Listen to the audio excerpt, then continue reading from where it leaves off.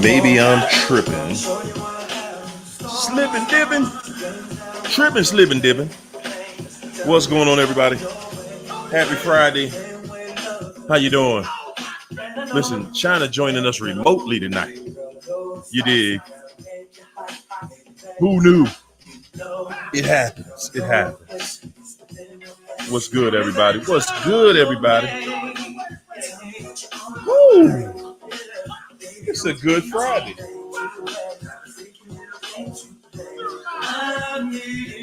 Let's get to it. Let's get to it. China, Phil Brad, Blue Steel Versace in the house. What's up, Raylene? What's up, Jennifer? William Park, Sick Thumb. Donna Hale. What's up, Tanya Woods? Holly. What's up, Green Cream? That's right. Happy Friday, y'all. Getting started early tonight. What's up, David Alexander? I think I might actually move the time up an hour. You know, I'll be holding us in here till late night. Sometimes we got to get it out. You know, we just got to deal with it. Yes, indeed, we do. What's up, Danita Joe? Nancy Franklin. What's up, Rosie?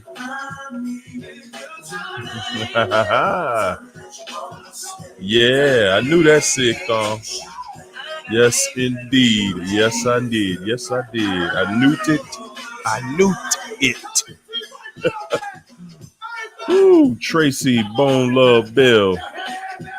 What's up, Rosie Sampson? Leisha. Hey, Leisha, what you doing? Come on, man.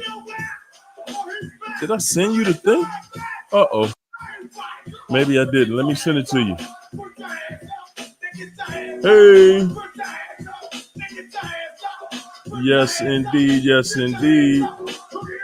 As we feel the need. Uh-oh. Come on in here, China. Yeah. Yes. It's Friday night. Everything's all right. Everything is all right, man. It's a beautiful day, y'all. It is such a beautiful day, y'all. Tonight, man, oh man. Yeah, we're going to come on in here and do what we do. Bring that beat back.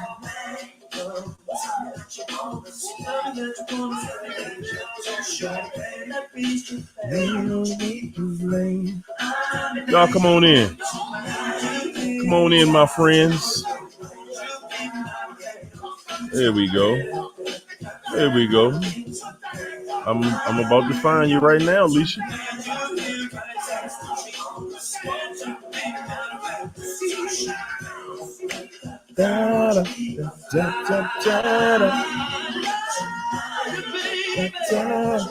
Oh my gosh.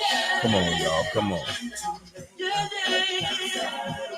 Man, this thing is acting crazy again. It's acting crazy. It is. It is. It does what it does. I gotta take my laptop to the I gotta take my laptop back to Apple. Let them get it right for me.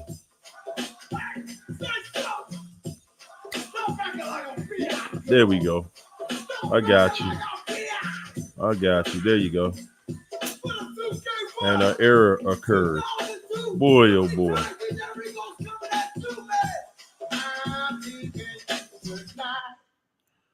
Oh boy. Yes, indeed. What's up, China? Not much. What's up? China, are you in the airport? Y'all, she came in from the airport with us tonight. Yes, I did. And I can't see guys' comments, so forgive me. You can't see the comments? You on your cell phone? Yes.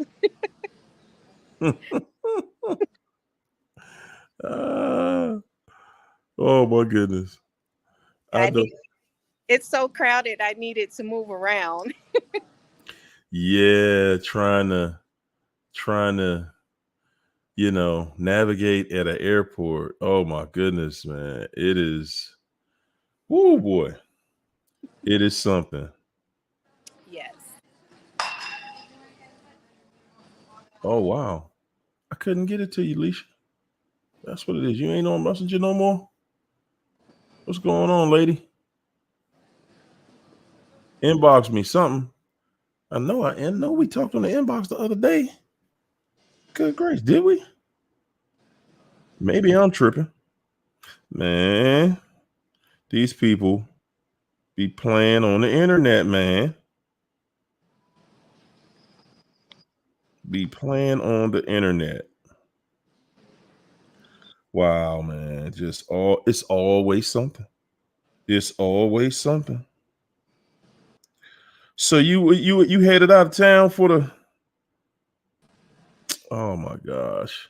So there it is. It is working over here. Why won't it work over here? What, man, this thing is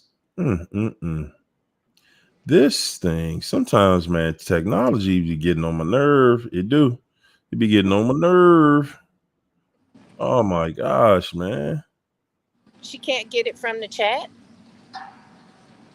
Hey, Leisha, I'm gonna put it in the chat. There you go. Cause my Facebook on here is acting stupid. Yeah. There you go. So I might demons up in here because they in here and they gon' hit. say what? I might rattle some demons up in here because they in here and they You gon' hit. they in there. They in there. We came in a little early too. What's up, Kim G? Christina. There go Karen. There go Tanya. Lizzie. Kim G. Jess A. Donna. We got the whole crew. They coming through early. What's up, MJ? Gwendolyn. Can I first and foremost get my manners together? Can I shout out the sponsorship, please?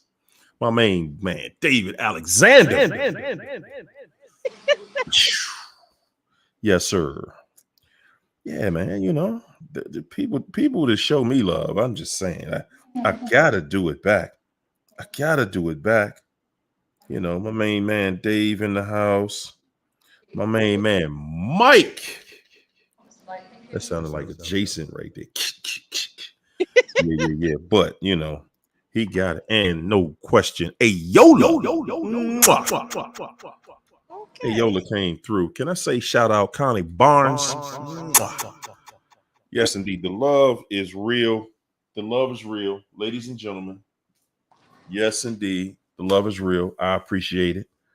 I'm thankful for it. Yes, I am. Yes, I am, good people. What's up, Elizabeth G? Ryan Luna. What's up, John?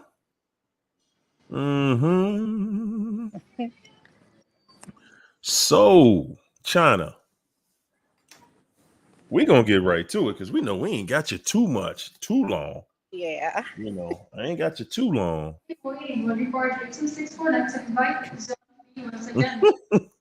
Yeah, they go do that in the background. It's going to happen. Listen, I did an interview in the airport one time. I remember I had an interview to do with this lady for her podcast. And I was like, I'm going to do it. You know what I'm saying? I'm going to do it because that's what I do. But she was mad. She was like, dude, it's all kind of background noise. And you sound like you in the bathroom. And then I was like, I am in the bathroom.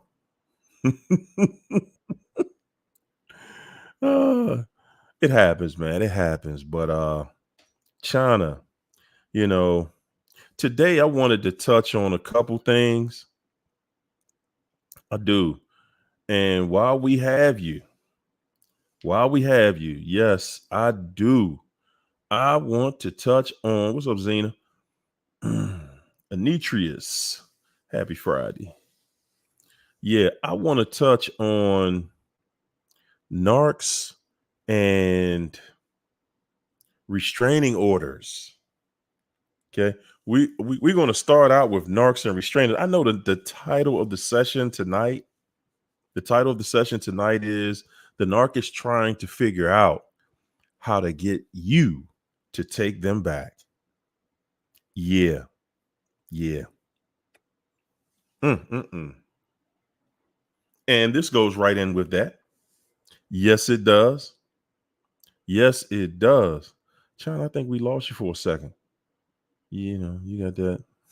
You got that service. What's going on with your service, China? Get it together. Get it together. Come on. Come on. It's trying. It's looping. It's trying. It's working, and we're gonna work with you. But guys, I was talking to China just the other day, man, and you know, she's catching a flight tonight, but you know, she really wanted to get this info to you guys. We were talking about, you know, narcs and, you know, them using restraining orders, you know, not the way you and I typically would, but the way they would. So before we lose you, you know, go ahead, give them a taste, give them a taste. All right, guys. So, oh Lord, I guess she's gonna talk for me. But you know what? We can hear you better than her. She sounds kind of faint, so you good. Okay, so here's, like I said, I've been giving you guys bits and pieces. Now, let me go to the beginning when I used to go up to his job. That's why I say they will set you guys up. And that's how I got set up for a 2-year restraining order. That restraining order expired March 22nd of this year. They went behind my back, sent the notice of hearing, knowing that my address is confidential, sent that notice of hearing to the marital property so I wouldn't get it. It's uncontested, granted. Bam. Didn't know. So I got a call. Hold it, hold it. So, Called down guys, there. I didn't get a sheriff's my address. My bag right there. And I went down there and got served, filed my motion to vacate, had that hearing with my divorce hearing, and got that thing taken off of me because there was no grounds. For one, they filed it the day before it expired. By law, once it expired, there is nothing to extend. So that's where the mistake was, and I wasn't properly served. And the judge cited 2 appellate court cases that backed me up and got that protective order off of me. They used that because they want to inflict pain. When you remove yourself from the situation, they got to try to find a way to inflict pain because that's how their relationship thrives. That's how it survives off your pain and your tears. And I don't have none to give them. And that's why I move in silence when I'm on here and I don't talk much, is because I don't want to show them how to figure me out, what I'm thinking, what I'm going to argue. They weren't ready for that argument. They weren't ready for me to research that and know the law and get that thing up off me. yeah, yeah, yeah. But I you know, saw 3 months. I want you to expound on how sneaky, how cruddy, how they're thinking, you know, the thought process and what they get to achieve, what they get out of this. You know, I want, you know, people because so many people we just assume because of what we've gone through that they're going to do the same. They're going through it too. But no, no, Oh, guys, yeah. no, that it's not the same. They're absolutely trying to sabotage her for future situations like her divorce. Yes, they're gonna use that against you. Oh no, we got a restraining order, blah, blah, blah. And of course, what is it based on? Because y'all sent it to the wrong address. But all narcs want to do is to be able to brag that, oh yeah, you know, I got a restraining order on her. Yeah, yeah, you know, I got a restraining order on her. So, you know, Oh, yeah. I told y'all she crazy. She crazy. Yep. And And what they and plan. and and that's how it looks. That's how Yeah. it looks to the public when people don't know the backstory. Yep. They will swear, oh, you know, you must have did something. May I have your attention door, please? For your No, no, I 264. must not have. No, it's guys, it's not like that. These people want to set you up. They are looking for the advantage. They're looking, and you saw how sneaky it was. Let's do this and send it to the wrong address. Nobody knows. Nobody knows we're doing it that way. Send it to the wrong address. Well, we don't know her new address. Send it through the court. Well, we had her served, Your Honor, at at this address. And the judge is looking at 20, 30 cases a day. They're not thinking about your case. No, the judge is not thinking about your case. Judge is looking at it like, oh, wow. Okay. What we got going on here? Okay. We got somebody in here acting crazy, just that. Because you got to remember, we live in a world where it's filled with craziness. This world is filled with craziness.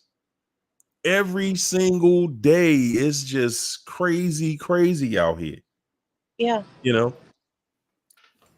See, they want to deprive you of life and liberty too. Because if they can't control you in one way, they're going to control you another way. And when you have that type of stuff on you, think about if the police pull you over and they see that in the system, you're automatically a combative person. There you go. Think about going for a job, going for an apartment or something like that. And you know what they mainly wanted to do was take my gun license from me because they cowards. But I'm not thinking about them. Don't care. I'm not bitter. I don't care. That part right there. When you're not bitter. When you're not bitter, you're not angry, when you're not chasing them down and trying to figure out what they're doing and what their motives are and how they move and what they do, they lose it, people. A lot of people are trying to figure out how they can get the narc's attention. Yeah. Lots of people are trying to figure that out, but all they notice is, man, this narc ain't thinking about me. This narc could care less what I'm doing. And you're right. You know why? Because you're thinking about them. You're trying to get them to come back over to you and act normal. For sure. A narcissist, when they see you and they know you want them back, listen, guys, I'm telling you this from experience. When they see you and they know you really want me back, I know you really want to be in this relationship with me. They're looking at you like, ugh. Ugh, man. You want me and you know I'm dirty. This is the reason they look at you this way. They're looking at you like that because they're like, you know how bad I'm dogging you. You know I'm dirty. You know I'm cruddy and grimy. And yet you still want me. You still want a relationship. Ugh. And they can't stomach that. Yeah. A narcissist cannot stomach that. Yeah. I was literally talking to one of my clients yesterday. Good God. Man, God gonna get this brother through this, man. But I'm just like, guys, when a narcissist, really, when the mask comes off and they start to devalue and they start to talk to you with no respect, when they tell you they're openly dating other people, when they tell you I never really wanted you, I'm using you, I'm whatever you, and you still want that relationship,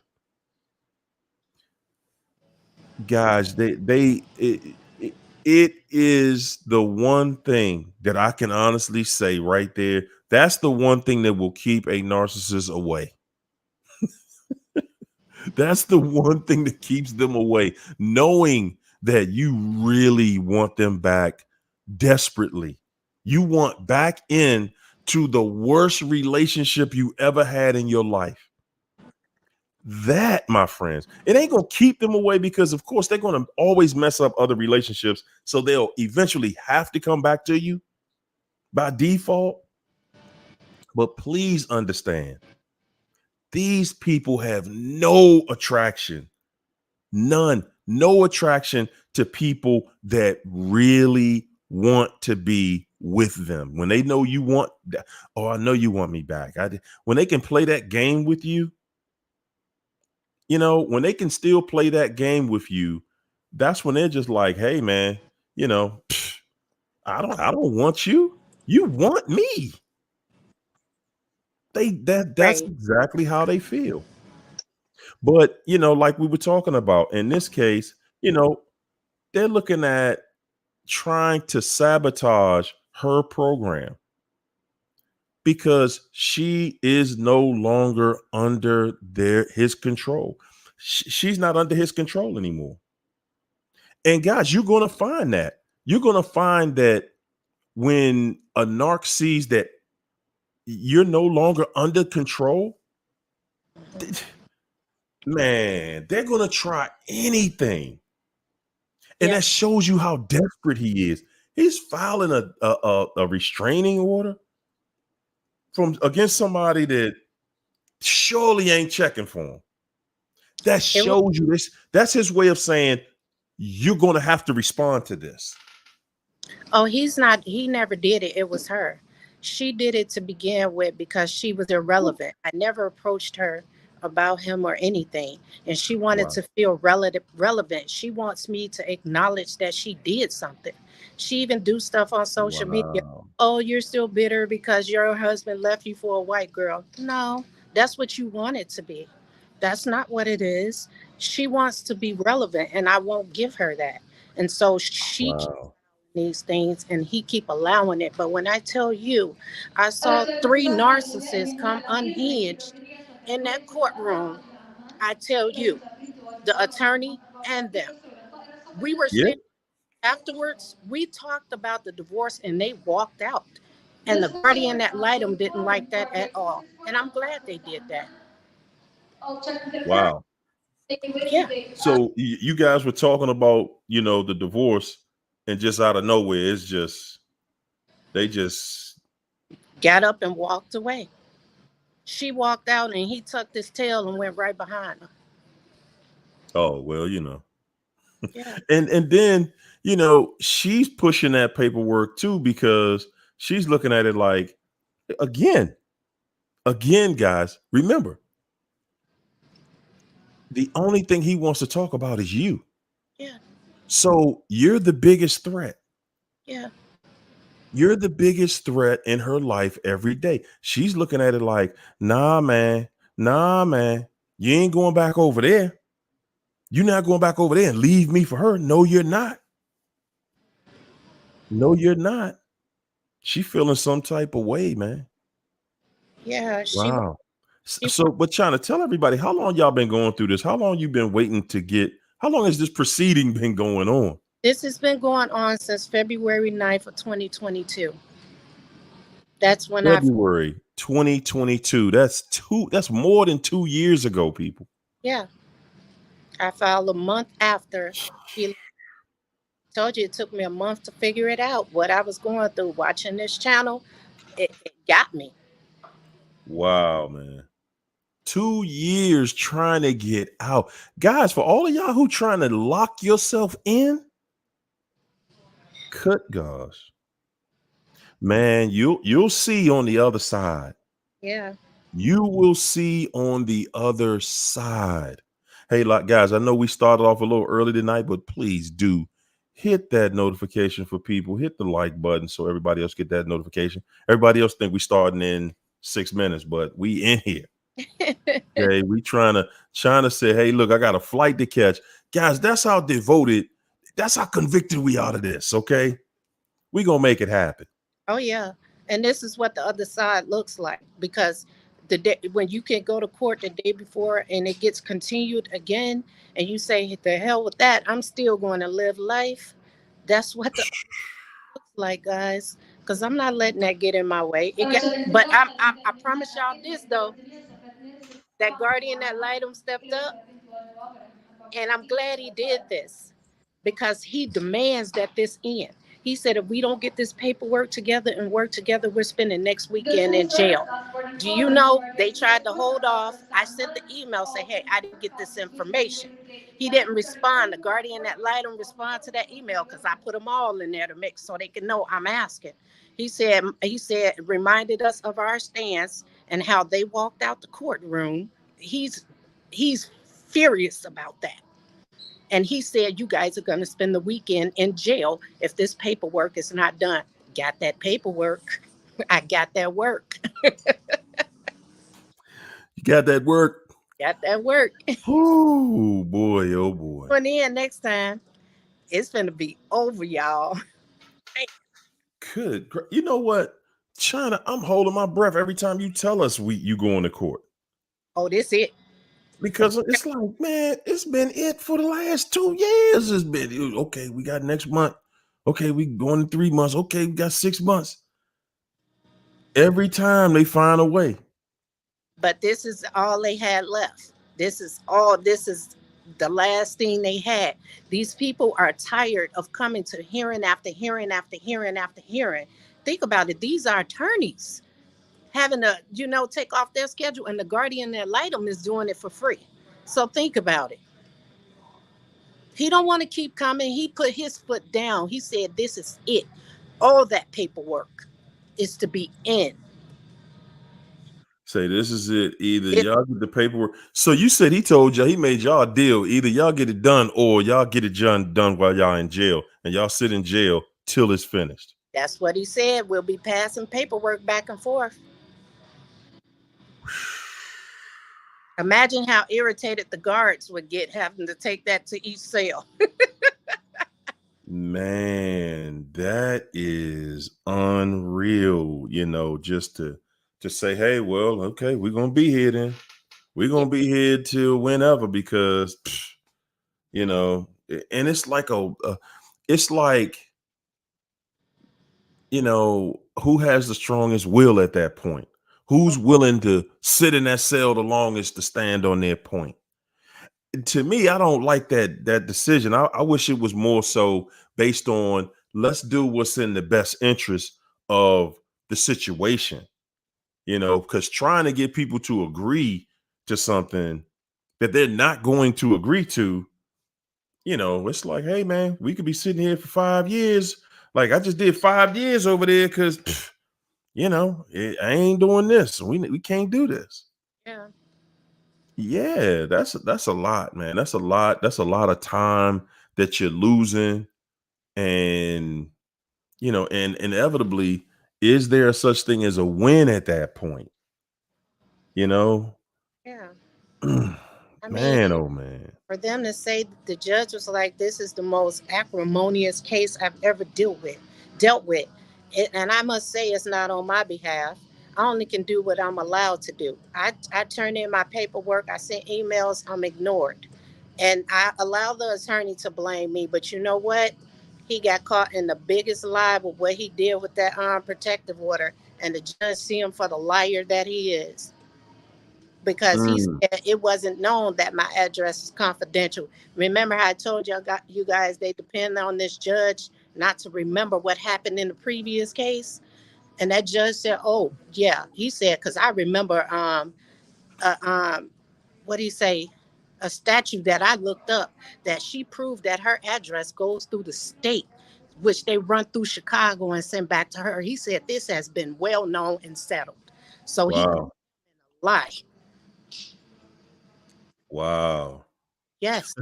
Judge, remember, and you know what? Them judges, when you have been there and got on the judge's nerves, whenever somebody gets on that judge's nerves, they are going to remember you.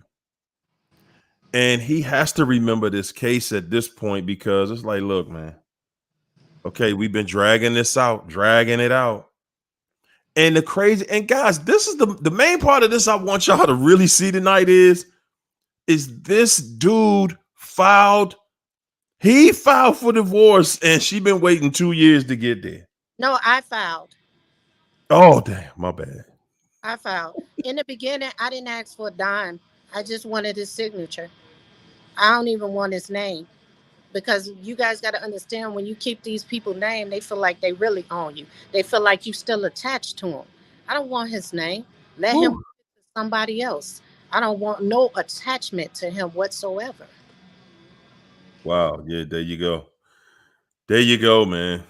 Goodness gracious. Well, oh man, we just want to see you, we just want to see you feeling better. We want to see you in a place where, you can finally bury this situation, let it be done, let it be over with, let it be gone.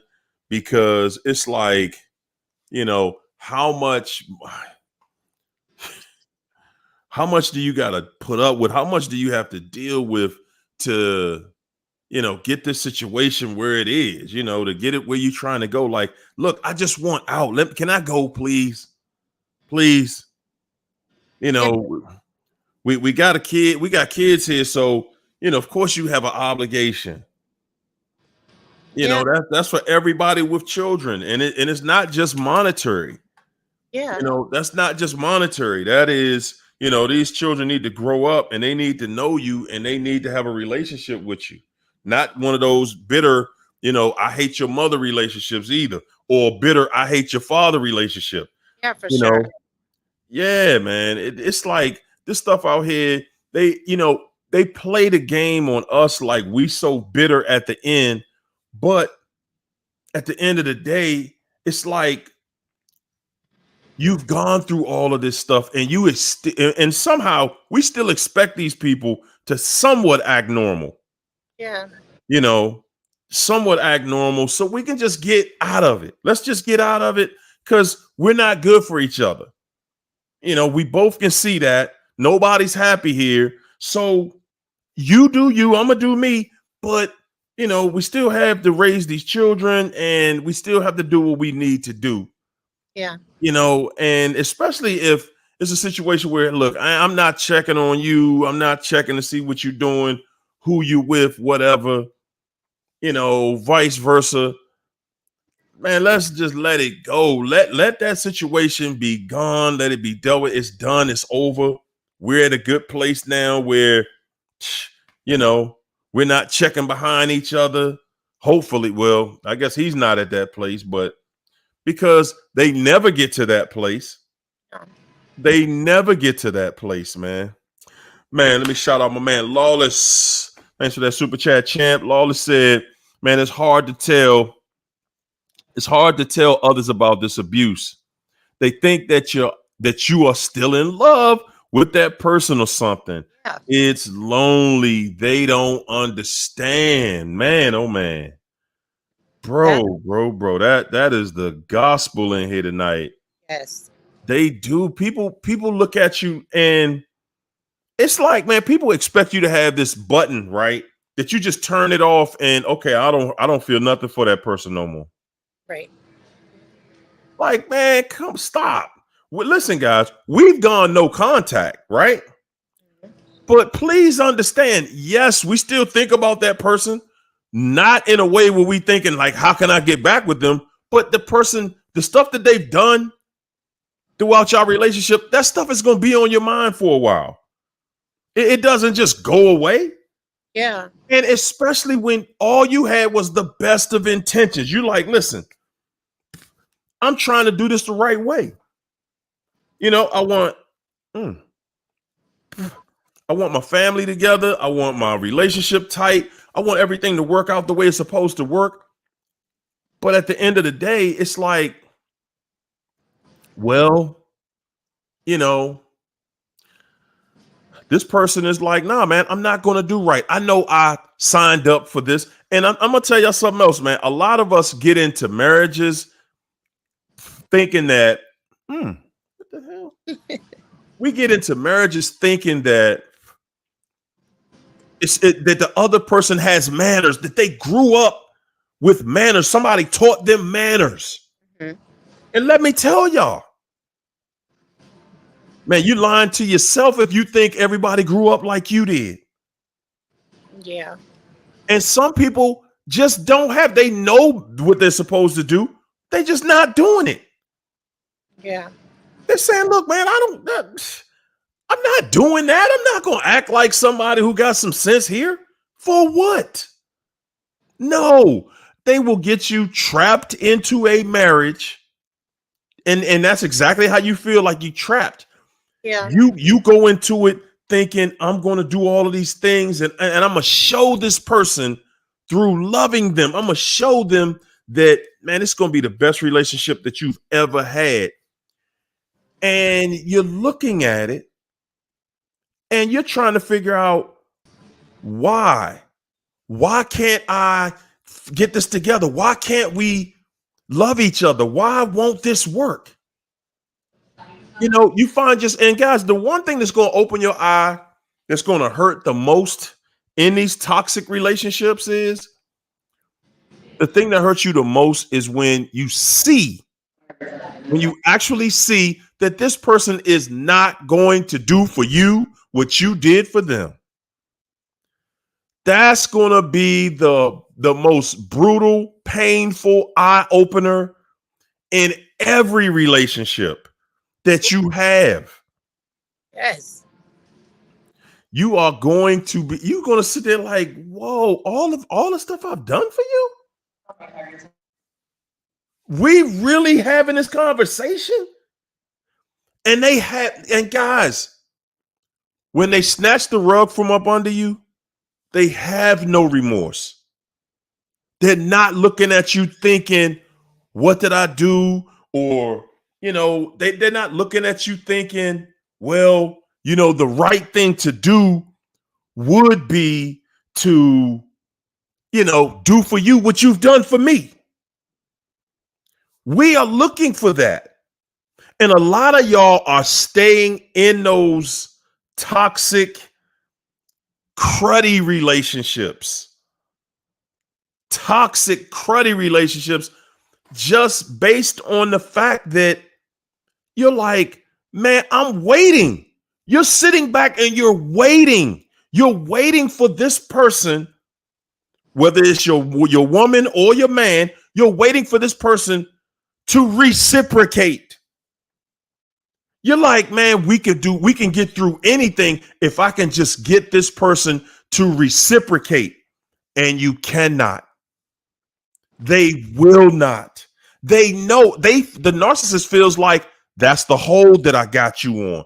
I got a hold on you because you waiting for me to give you what you giving me. Yeah.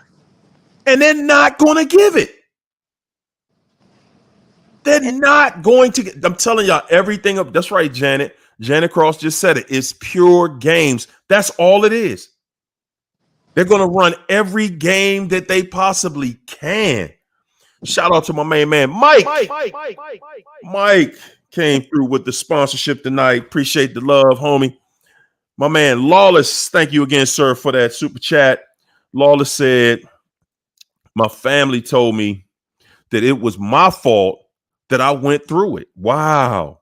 The family came back and said, it's your fault, champ. I should have left as soon as possible. I take blame, but I try to explain it's way deeper than they understand. Hey, look, Lawless, that's it right there, bro. That's it. That's the winning combination, everybody. Listen, y'all, I want y'all to look at that super chat. I want you to hear what my man is saying. I want y'all to get it. This is what healing looks like. This is exactly what it looks like. Healing is when you can say, guys, do you know how much that it takes for you to be able to say, man, you know what? That situation was my fault because I knew better. It was my fault. I knew better. I knew this person showed me point blank period. They was trifling. And I knew better. I just thought that I could fix it. I thought that if I loved the person, they would act right at some point. But they do not. But the way to healing, guys, your healing is going to come from you being able to admit to yourself. It don't matter what you're saying to everybody else. When you can admit to yourself that, hey, man, you know what? It was my fault. And it was my fault because I could have got out of it. I could have got out of it.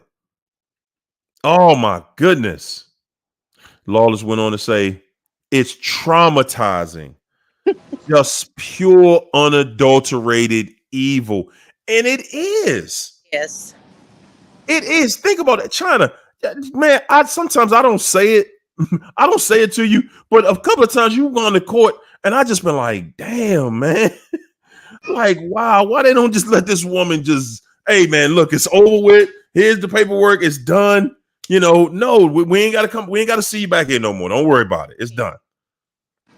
It's like every time you go, no, we got to come back again.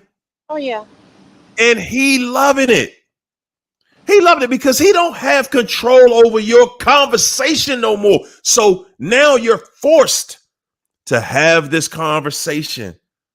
And when you go into the courthouse, guys, you got to put your best foot forward. You can't go in the courthouse, you know, like I got this stank attitude because the judge is looking for that. Oh, yeah. You got to go in there being cooperative and everything else. And when the judge is yelling at you, you know, just don't try to explain because you agitate him more. Just let him get it off his chest and calm the hell down. And then, you know, I learned that because this attorney knows how to trigger that judge. And so I just sit back and I let him say what he got to say and let him calm down and get back to reality, you know. Yeah. But, you know, like a lot of people said, why won't she talk him into just letting go? Because she know once he let go, they have nothing. They have not. They listen. I'm telling you, you're going to feel the air leave the room when y'all leave that courthouse because when they leave, when it's finalized, it's over. That narc, their bank guys. This is why they of course this is why they keep you on this open-ended situation where they're never going to give you closure. Number one, Yep. you're never going to get closure.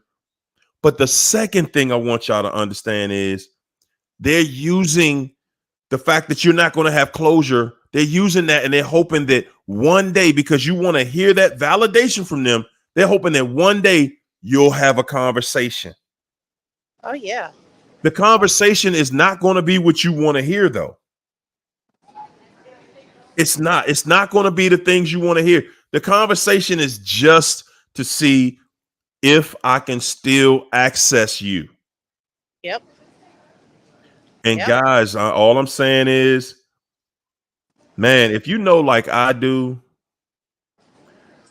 man, the biggest control element that you have in your life is your access, the access you allow people to have to you.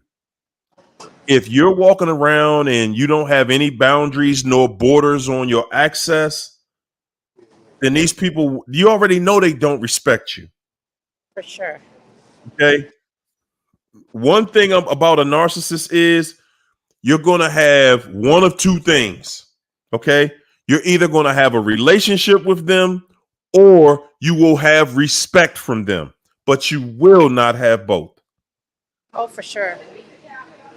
You will not. And we spend so much time trying to convince them to give us respect. They're not even cut from the cloth of respect. No.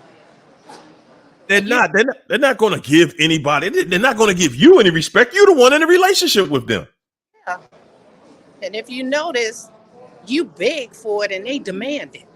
Like they. Ooh, come on. Come on. Yep. You're around begging for respect and they demand. They're not going to have a conversation with you if you disrespect them. Nope. It's going to be brought to your attention immediately. No, you need to straighten that because you're not going to talk to me the way I talk to you. Okay? You can forget that.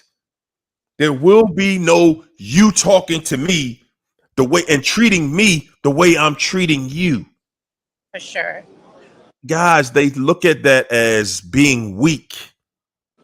They look at themselves as being weak when they just allow you to talk to them the way they talk to you. That means that they're not asserting their dominance over you anymore. It's never going to be a situation where they just feel like Hey, you know what? I want us to be equal and even, and I want it to stay that way. It's never going to be that. It's always going to be manipulation. And the manipulation is going to be as they dog you, as they talk down to you, as they talk to you and deal with you like you're not even a human being. They still demand that you talk to them with the utmost respect. The utmost. How dare you talk to me like you crazy? You one thing is for sure, you will not talk to me. That's how narcs look at it. And guys, that's the reason that they look at you like you gross them out Oh when yeah. you still want a relation. You still want a relationship? I'm giving you zero respect and you want a relationship with me? Yeah. Woo, man.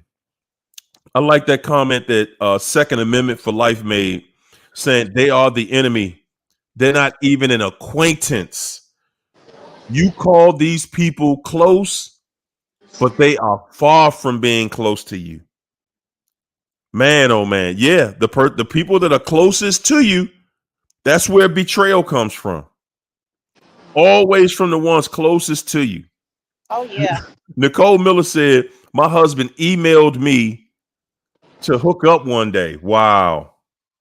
Before our last hearing, he wanted to hook up. Hey, baby, let's just try this one more time. You know, 3 years into the divorce. Wow, man. Yes. Yes. Because guys, they've ran out. At that point, they have ran out of manipulation tactics. They've run out. And they're just like, look, man, let's just have a conversation. Because at the end of the day, guys, one thing a narcissist knows about us is they know that we're level headed. They know that they can have an open, honest, level headed conversation with you.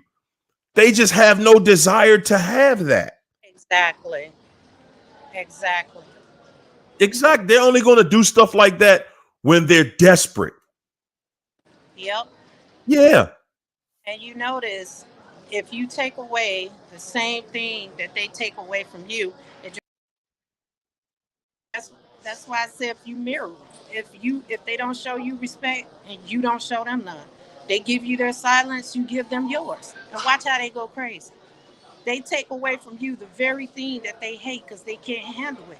We're dealing with people who don't know how to regulate their emotions except through other people's pain. There you go. There you go. I'm gonna tell you, look, Char's in the comments. Char said, thought I would rub off on him. At first I did until he got tired of pretending and he felt like he had the upper hand. When he emotionally discarded me 15 years ago, I wanted out. Bullied me to stay. Man, oh man. Guys, that's the only kind of story you're gonna have at the end. It's always gonna be the sacrifices you made. The end story is always going to be how much you gave of yourself the whole time. You did this, you did that. You went overboard with giving, giving, giving, giving. All they did was take, take. That's all. Every story is going to end the exact same way. You're going to be talking about how much you gave. You're going to be talking about how much they took. And guys, I'm going to tell y'all the one part that's going to be painful to you is they're going to act like and they're going to swear they gave you everything. Oh yeah, do something one time and they swear they do it all the time. Woo. Good Well, gracious. and let me tell y'all this: a lot of people say that they go cheat because they get bored. Now they get irritated. They get irritated of you trying to love them into submission, into doing things that they should be doing.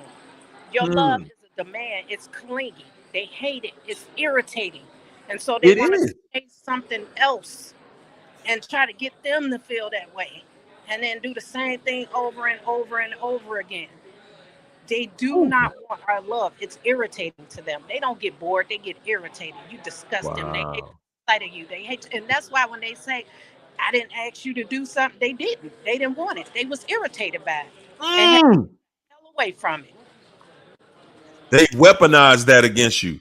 I ain't Yeah. asked you to do that. I didn't ask you to do that for me. You did that on your own. That's what I'm talking about. No manners. They have no level of integrity. They don't look at you like, wow, you're still doing the things that you agreed you would do from the beginning of the relationship, even though you see that they are not doing the same thing. They are not reciprocating. You're still doing your job. You're still on your job, doing what you're supposed to do. And you can see that they are not. And yet, we will still sit back and we will try. We will do everything that we can possibly do, guys. We do everything that we can do to get them to see they're wrong. Yep. And I don't care if you have the narcissist tied up, stapled and handcuffed, and had their mouth tied up and their eyes tied up and chained to a tree. There will never come a time. There will never come a time in your life, in that relationship, where they're going to admit to you the truth. Everything. Yes, you did all of these things for me and I did nothing for you but use you. No. Yep. No. And they're only going to tell you that they use you to hurt you. In the end, they're going to say everything they can to just hurt your feelings, to hurt you. Oh, you ain't nothing. You ain't like that. This is the same person that was telling you they love you. Yeah. Now, oh, you ain't nothing. Please, I thought I used you. Mm-hmm. And when somebody tells you something that weak, somebody tell you something that evil, that I used you, guys, and I'm telling y'all, this is why we make them sick, because they'll tell you they used you today, and then later on tomorrow, they'll tell you, well, I was just saying that to make you mad. Oh, yeah. Oh, yeah. Normal people don't say things like that to make you mad. Yeah. Only narcs do it. And you think about it. We can say I only said that because I was mad. All we want, guys, that's something that we don't realize either. We don't realize how much of the narcissist crap we believe. Guys, I'm telling you, until I went no contact, listen to me. Listen to me. This is all of us. Until the day I went no contact, I knew the narc was lying. I knew everything the narc did was a lie. But I still believed it if she said it. Mm-hmm. I still accepted if she said it to me. I knew she was lying. But we want them to be telling the truth so bad. Good God. We want them to tell the truth to us, and we want this relationship to be real so bad that we're watching them as they lie to us. And we still want to believe that they're telling us the truth this time. Oh, yeah. Maybe this time they're telling the truth. They're not. They're not telling the truth, and they're not going to. They're not going to. Guys, remember this. When you get into a heated argument with the narc, yeah, you said some things that you regret saying that you wish you didn't say. But at the end of the day, you meant what you said. Remember that. Yeah, you meant what you said. You said it and you meant it. The narcissist did too. Mm-hmm. They can tell a lie. Oh, I just was trying to make you mad. But no, they meant what they said. Oh, yeah. Oh, yeah. They meant everything that they said about you. Yeah. The same way you meant what you said about them. And you said it about them because eventually you get tired of it. You get tired of somebody always attacking you. Somebody always attacking your character. Somebody with no manners, no home training. You be like, man, what did you grow up around? Like, for real, who raised you? To be so treacherous, to be so dirty, to be such a cutthroat, so conniving, so cruddy. Who raised you like that? Guys, when you meet somebody and they consistently show you how dirty they can be, when their dirty side is far dirtier than their good side, man, you need to run. I don't care what you lose. And I'm saying this as somebody who lost a lot dealing with a narc. I don't care what you lose, what you got to lose. One thing you're never going to get back is your time. You're never going to get your time back. You cannot get that time back, guys. You cannot get it back.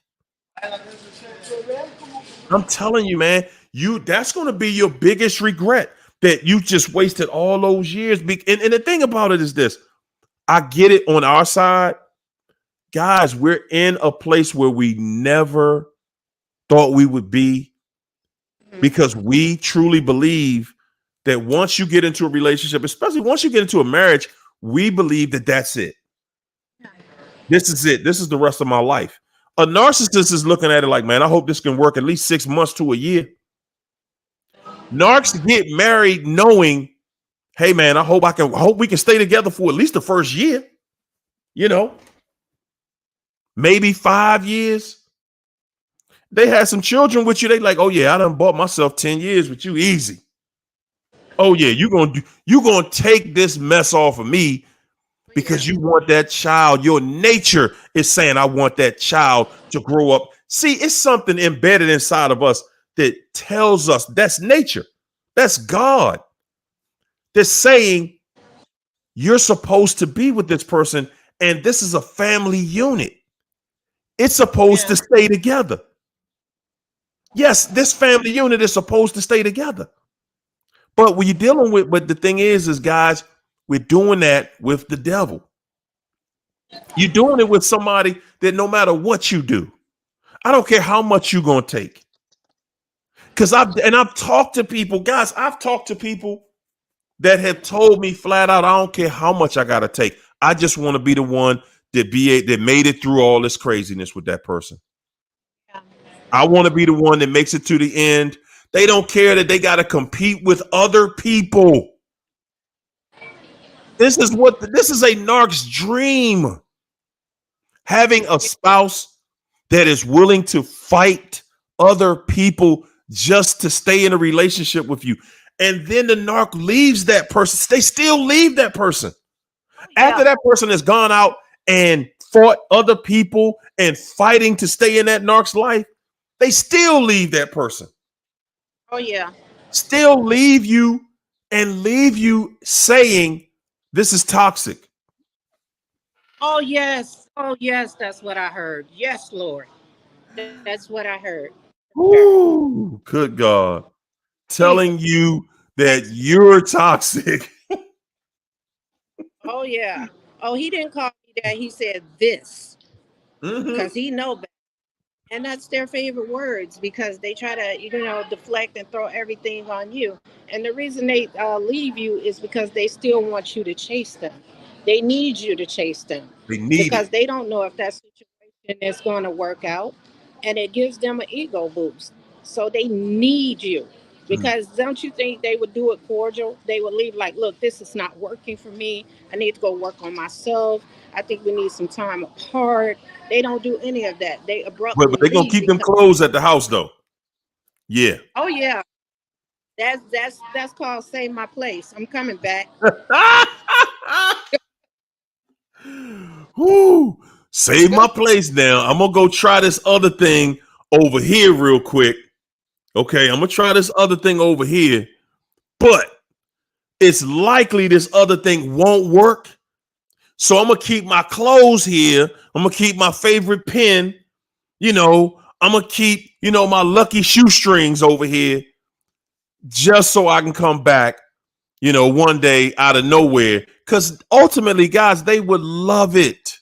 They would love it if they could just go act a fool. They could just go act a fool and come back after they destroy that relationship. They could come right back to you, and you just got open arms. That's all, guys. I'm gonna tell you, that's all they want. They want open arms, open legs. Come on, baby. That's all I need. That's all I need right now.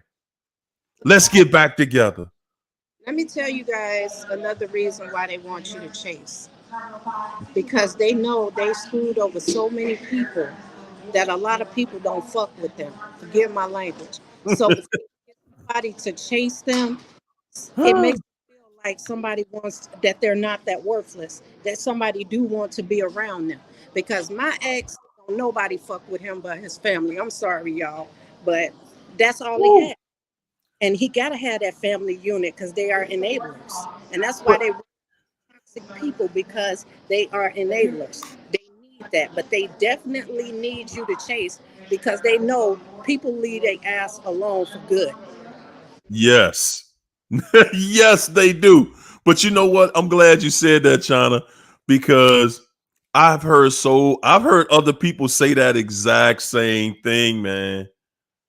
Guys, they know. They know that don't nobody want them for real. See, we sit back and we try to make it seem like we love them. We try to make it seem like, and we really trying to love them. Don't get me wrong, guys. You're trying with everything in your heart and your soul. You're trying to love that person. But at the end of the day, you're just trying. You cannot just love somebody that is not open for that. And a narcissist is not even open for love. They're not open for you to love them. They're saying, hey, man, and I'm saying we're the same way, guys. In order for somebody to love you, you have to be in a place mentally where where you're open for love from that person. We are not. When everything starts going crazy, we just trying to make sense of it. Yeah. That's it. We're just trying to make sense of it. And I'm saying, I know that sometimes we get to the point where, man, you start feeling weird. I know we do. I have too. We feel like, man, something must be wrong with me. Why is it I keep going through this? Why is it that it seems like I keep going through this same type of stuff? Why can't we I'm gonna just deal with this craziness because I'm tired of always feeling like something is wrong with me. And guys, the narc knows that's how you feel. They know that's how you feel, and they're using that to keep you staying right there. Yeah. They know it, and they're standing on that. They like, nah, you feel weird about this. You know it ain't right, but Oh, yeah. you want this to work so bad that you staying in it. Yeah. Yeah, you're gonna give it another chance and another chance. Yeah, yeah, because you want to get back to the lovey-dovey. And the narcissists hate that part of the relationship. They hate that lovey-dovey part. Listen, y'all. It's funny how we look at a narcissist and say, wow, man, how is it that somebody who leads with sex, how is it somebody who leads with that in the relationship? How is it that this is the same person that hates that?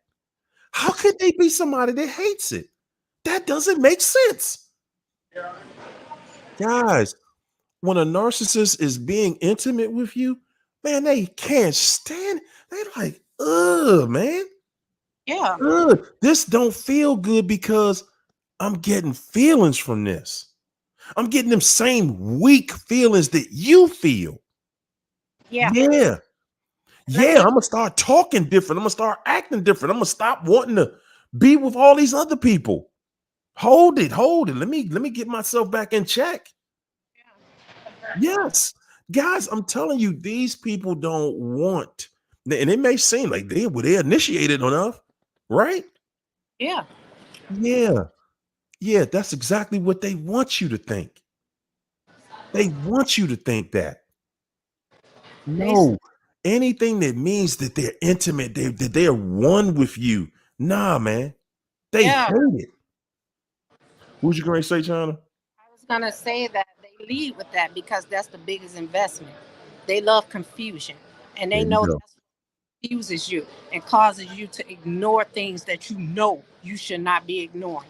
And Come on. that's why that's not something they want to do. They ain't doing it to pleasure themselves or to pleasure you. Come on. That's an investment. Good That's the God. big investment that they can make because it's going to confuse you. And you're Say going it to again. doubting yourself and doubting what you see. And that's what keep you there throughout the whole situation. And you think about it every time y'all get into an argument about something stupid, something crazy, you want to argue about being right. You want to settle this argument, and you want this person to see the fault in what they're trying to argue with you about. And they turn it into, well, let's just do it. Yep. Because again, Yep. as soon as they can cloud your mind Mhm. with sex, oh, come on. Oh man, now we speaking my language. Okay, yeah, because I'm tired of all this fighting. Good gracious. Oh, yeah. And now they like, I got you. Yep. And again, if you guys, and because we only doing it with them, good God Almighty, you most of the time you want to do it because you like, man, it's so dysfunctional around here. I just want to do something that feels good with this person. And that's all you got. That's the only time that you feel like, wow, we not fighting, we not arguing. Until y'all get to that point where they just get lazy with it. He's like, okay, it's gonna be the same thing every time. Now, see, with that makeup sex, they knock your boots off with that because they know that's going to throw you back into a confusion and that you're going to forgive them for what they did. And that they don't want to do that, but they have to do it. And that's how they try to be toxic and to want to argue so you could crave that good sex again, that makeup sex. So Mm-hmm. do that. There you go. And that's all they need. All a narcissist needs is an atmosphere of confusion, guys. Once they create the confusion, it's a wrap, man. You just trying to figure out who you are at that point. Like, man, am I going to the store or am I going to the bathroom? What am I doing here? Harry, I don't want to cut you off. My plane is boarding, but I do want to leave you guys with this. I want to say the Bible says what God has put together, let no man take asunder, means that your man, your husband, cannot be stolen. Anything that God give you is lost. And that's due to your negligence and you not appreciating it. Anything that's stolen, God did not put it together. And so it must separate. They trying to thank you. Have a safe flight, a wonderful weekend. Hit me up when you get where you're going. Yes, All right. enjoy. Stay Love blessed.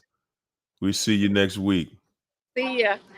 Woo, guys, man. That was so incredible, man. That was so incredible because that is something that we talk about. We're gonna keep drilling that point right there. Guys, the biggest thing that a narc has, the biggest strength with you is having you confused. Having you confused. Once they bring confusion in, that's where see. That's our exit right there. That's where we're supposed to exit right on. Let me get out of here because this is nothing but confusion in here. Let me get out of here. But us, we want to get along, and we trying to do the right thing. We trying to do what God told us to do, right? Forgive, forget, and forgive, and do some more forgiving. And it has never shown to be worth it. It is never shown to be worth it. Every time we forgive and forgive and forgive, and nobody's coming back to the table with anything tangible for us to forgive. And half the time you forgiving, and you forgiving somebody who's not even asking for your forgiveness. They're not even apologizing. And you forgiving. You just ready to, okay, man, you know what? I'm just ready to get this thing back to something, where we talking again. Because the narcissist loves a house filled with confusion. A narcissist loves the house when nobody's talking. when it's dysfunctional, it's out of control. And that's what they use. Oh my goodness. There it is. I done put it in there twice for. Alicia act like she don't want to come in here with us no more. I don't know what's going on. I'm messing with you, Alicia. I understand. But there it is. I just put it in there for you. Whoo, man. Empathic Shar. Thanks for the super chat. Shar said, man, we can't be ourselves or see God clearly when we are connected to them. Good gracious. Man, that felt like walking into a brick wall. We cannot be ourselves nor can we see God clearly when we are connected to them.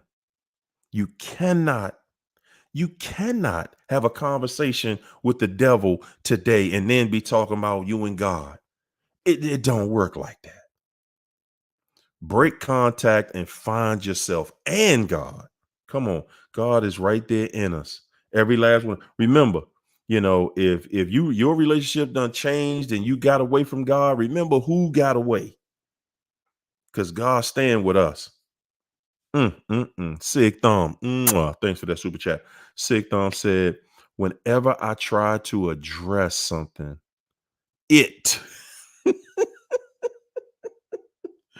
whenever I tried to address something, it did. It always said, you always talk about what I do and not about what you do. Just to throw me off. Just to throw me off my point, shaking my head. Guys, that's all it is. That's all it is. That's all it is, and that's all it's going to be. Oh my goodness. That's all it is. That's all it's going to be. They're always going to throw a smoke signal. They're always going to say something.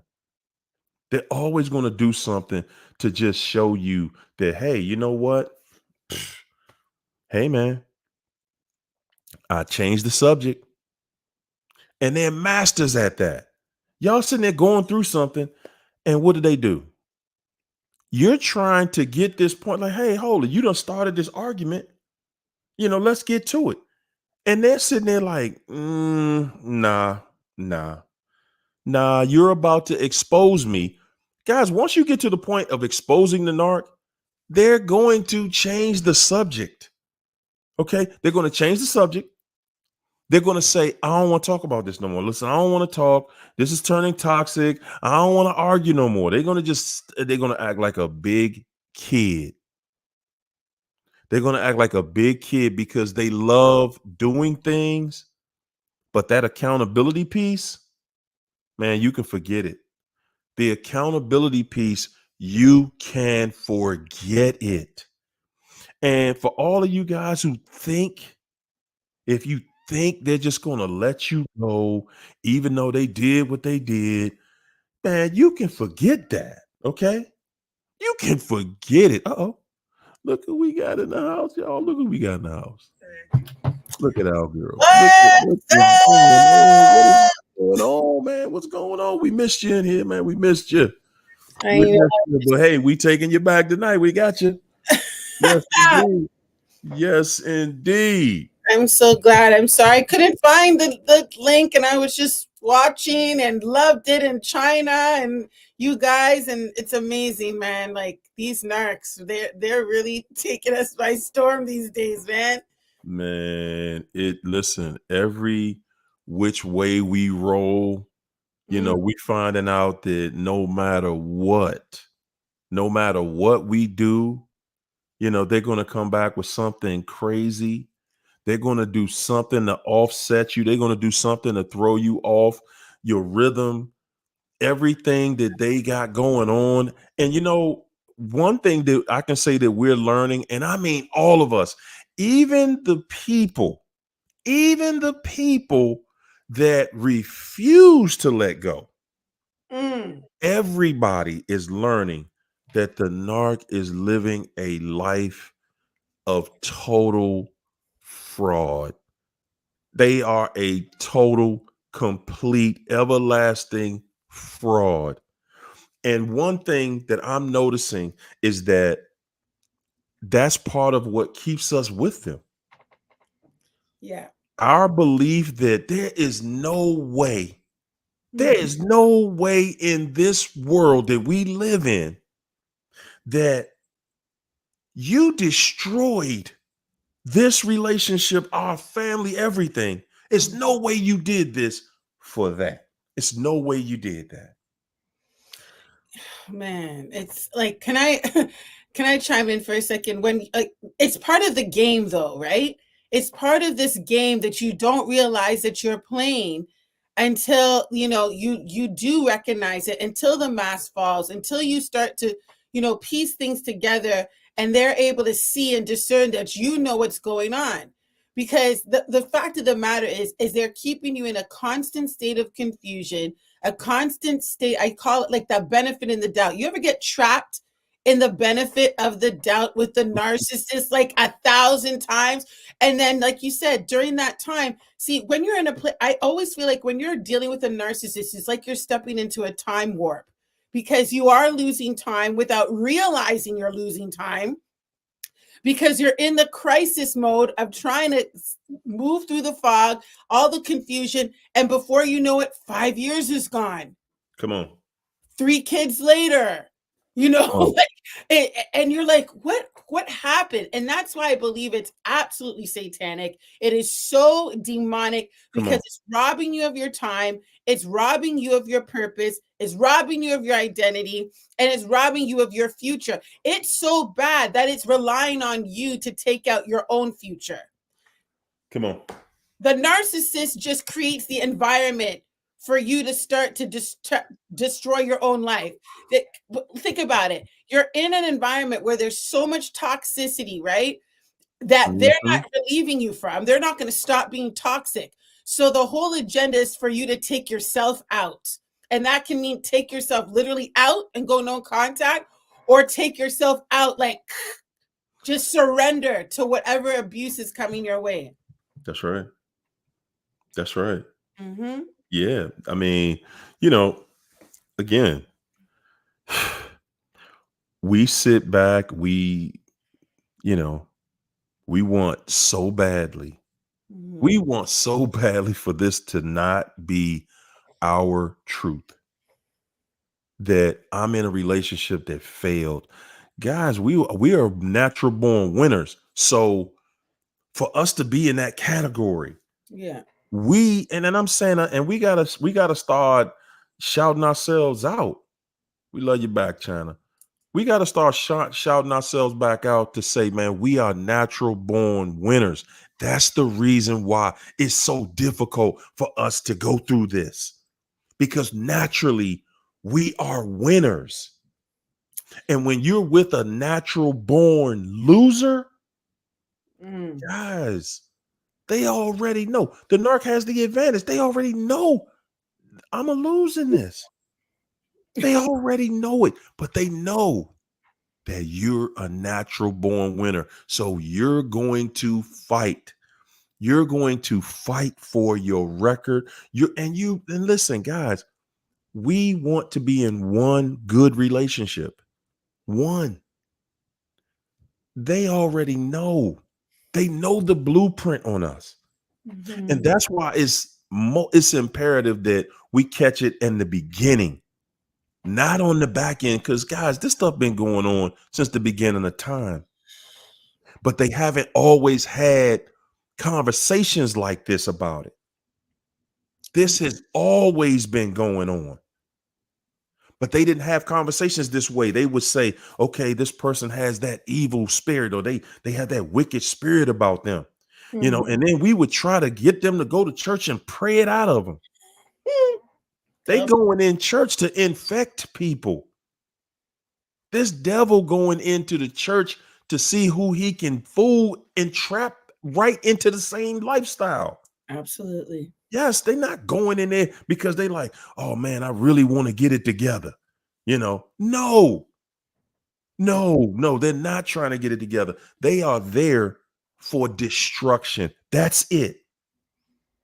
And you and I We all have that same exact story, a relationship that was destroyed. Yeah, we played a part in it. We played a part in it. But guess what part we played in it? We were the one fighting to keep that trifling mess together. Yeah, well, see, the thing that pisses me off sometimes is people, narcs, they expect you to be in a relationship when they're disrespecting you, and they want you to still be level-headed after they disrespect, after they call you out your name or say you stupid or something like that. They want you to still be level-headed. Oh, honey, what did I do? Yeah, they want you to be level-headed. They don't want you to come back like, who you calling stupid? They don't want you to defend yourself. They want you to lay down and let me use you as toilet paper. Okay? Yeah. Yeah. You're a dumping ground completely to the narcissist. They dump on you, they release themselves on you, whatever they're and all their extremities are all over the place. The issue is that what we have to figure out now when we come out of the situation is we fought for this relationship. Now we're so tired. Some of us don't even know how to fight for ourselves. We get lost right there.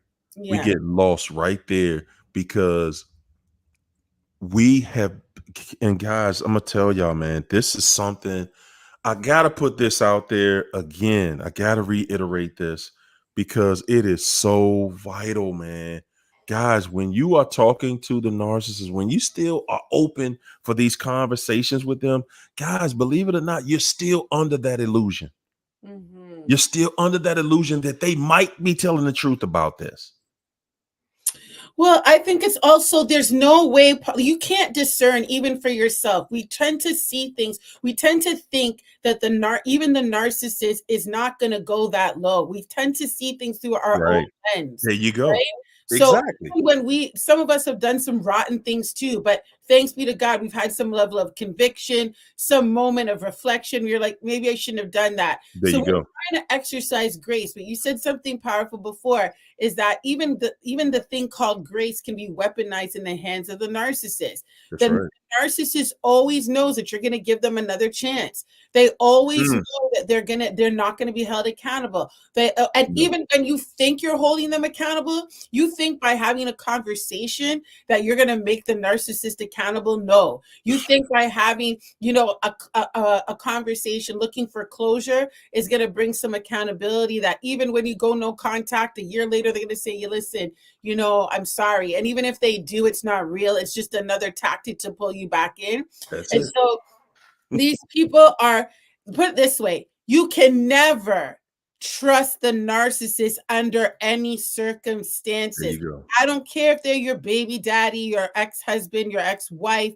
Once you discern that this person is being influenced by Satan, you're in for a ride.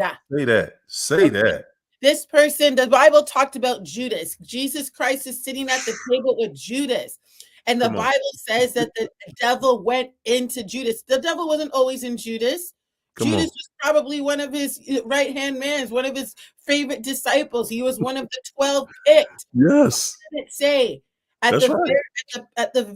There's times some of you are being like, well, I know this person. It could be even a toxic family member. It could be a parent. It could be, someone in your family, and you're not understanding. Listen, you're not going to understand, because if that person is open to the enemy comes to rob, steal, kill, and destroy. And that means even to rob your identity.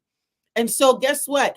That narcissist became a vessel for Satan to abide in, so that that devil could attack you and attack the God in you. This is why so many of you feel lost and purposeless, because the narcissist just wasn't a relationship. The narcissist was brought from the pits of hell to destroy every purpose, God-given gift that the Lord put inside of you before you even came into this earth, okay? And so this is why it's so important. The same energy that you use to fight for that relationship, you've got to fight for your relationship with God. You got to fight for your freedom. You got to fight with your faith. You have to use the intangible things of this world to fight back at this individual in your life. Because right. guess what? We have one life to live. And there's more, some of us have more years behind us than we do ahead of us. Man, you need to say that all the way to the end of the week. Like, people, when you see how fast time get past you and the time you don't waste it in bad relationships trying to, and guys, listen to me. Yeah. I know we want to forgive and forget, but when you keep on forgiving and you keep giving time and time, you don't even see your time running out. You don't even see it. And then by the time you get to a place where you have a clear mind, a clear conscience, you're like, whoa, I'm 70 years old. Yeah. You blink and you're 70. You and guys, and all you have to show for in your life is the work that you gave everybody.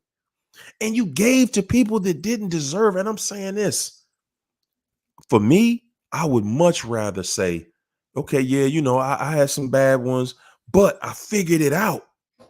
And I said, man, and then I started making the right decisions because I wanted to live the rest of my years happily over me trying to figure this person out. And, I see that you're a devil. Your actions, your hand tells me you are a devil. You are of the devil. Your actions are showing me who and what you are, because God ain't in you. God wouldn't say the things you're saying. God wouldn't allow you to do what you're doing the way you're doing it. No, when you see that person, that selfish, jealous person, you're like, what are you jealous of? We on the same team. How you jealous of me? When you see that and notice what these people really are bringing in your life, when you notice that, man, everything in my life is about struggle. Why am I struggling? Like, why can't I get beyond this struggle? Because God trying to tell you something and you're not listening. God is saying to you, man, this life gonna be with this person right here. And don't get it twisted, guys. You're gonna have struggle in life because struggle is what's gonna build your character. Yeah. Your struggles are going to give you a bigger reward. It's going to make the rewards so much greater. And that's one of the reasons why we believe that if I struggle in this relationship, but guys, I want y'all to remember, when you're struggling and you're dealing with adversity, see, once you bring God into that adversity, God straightens it out for you. And we trying to straighten this narc out. And they won't get it together because they do not value what you bring to the table for real.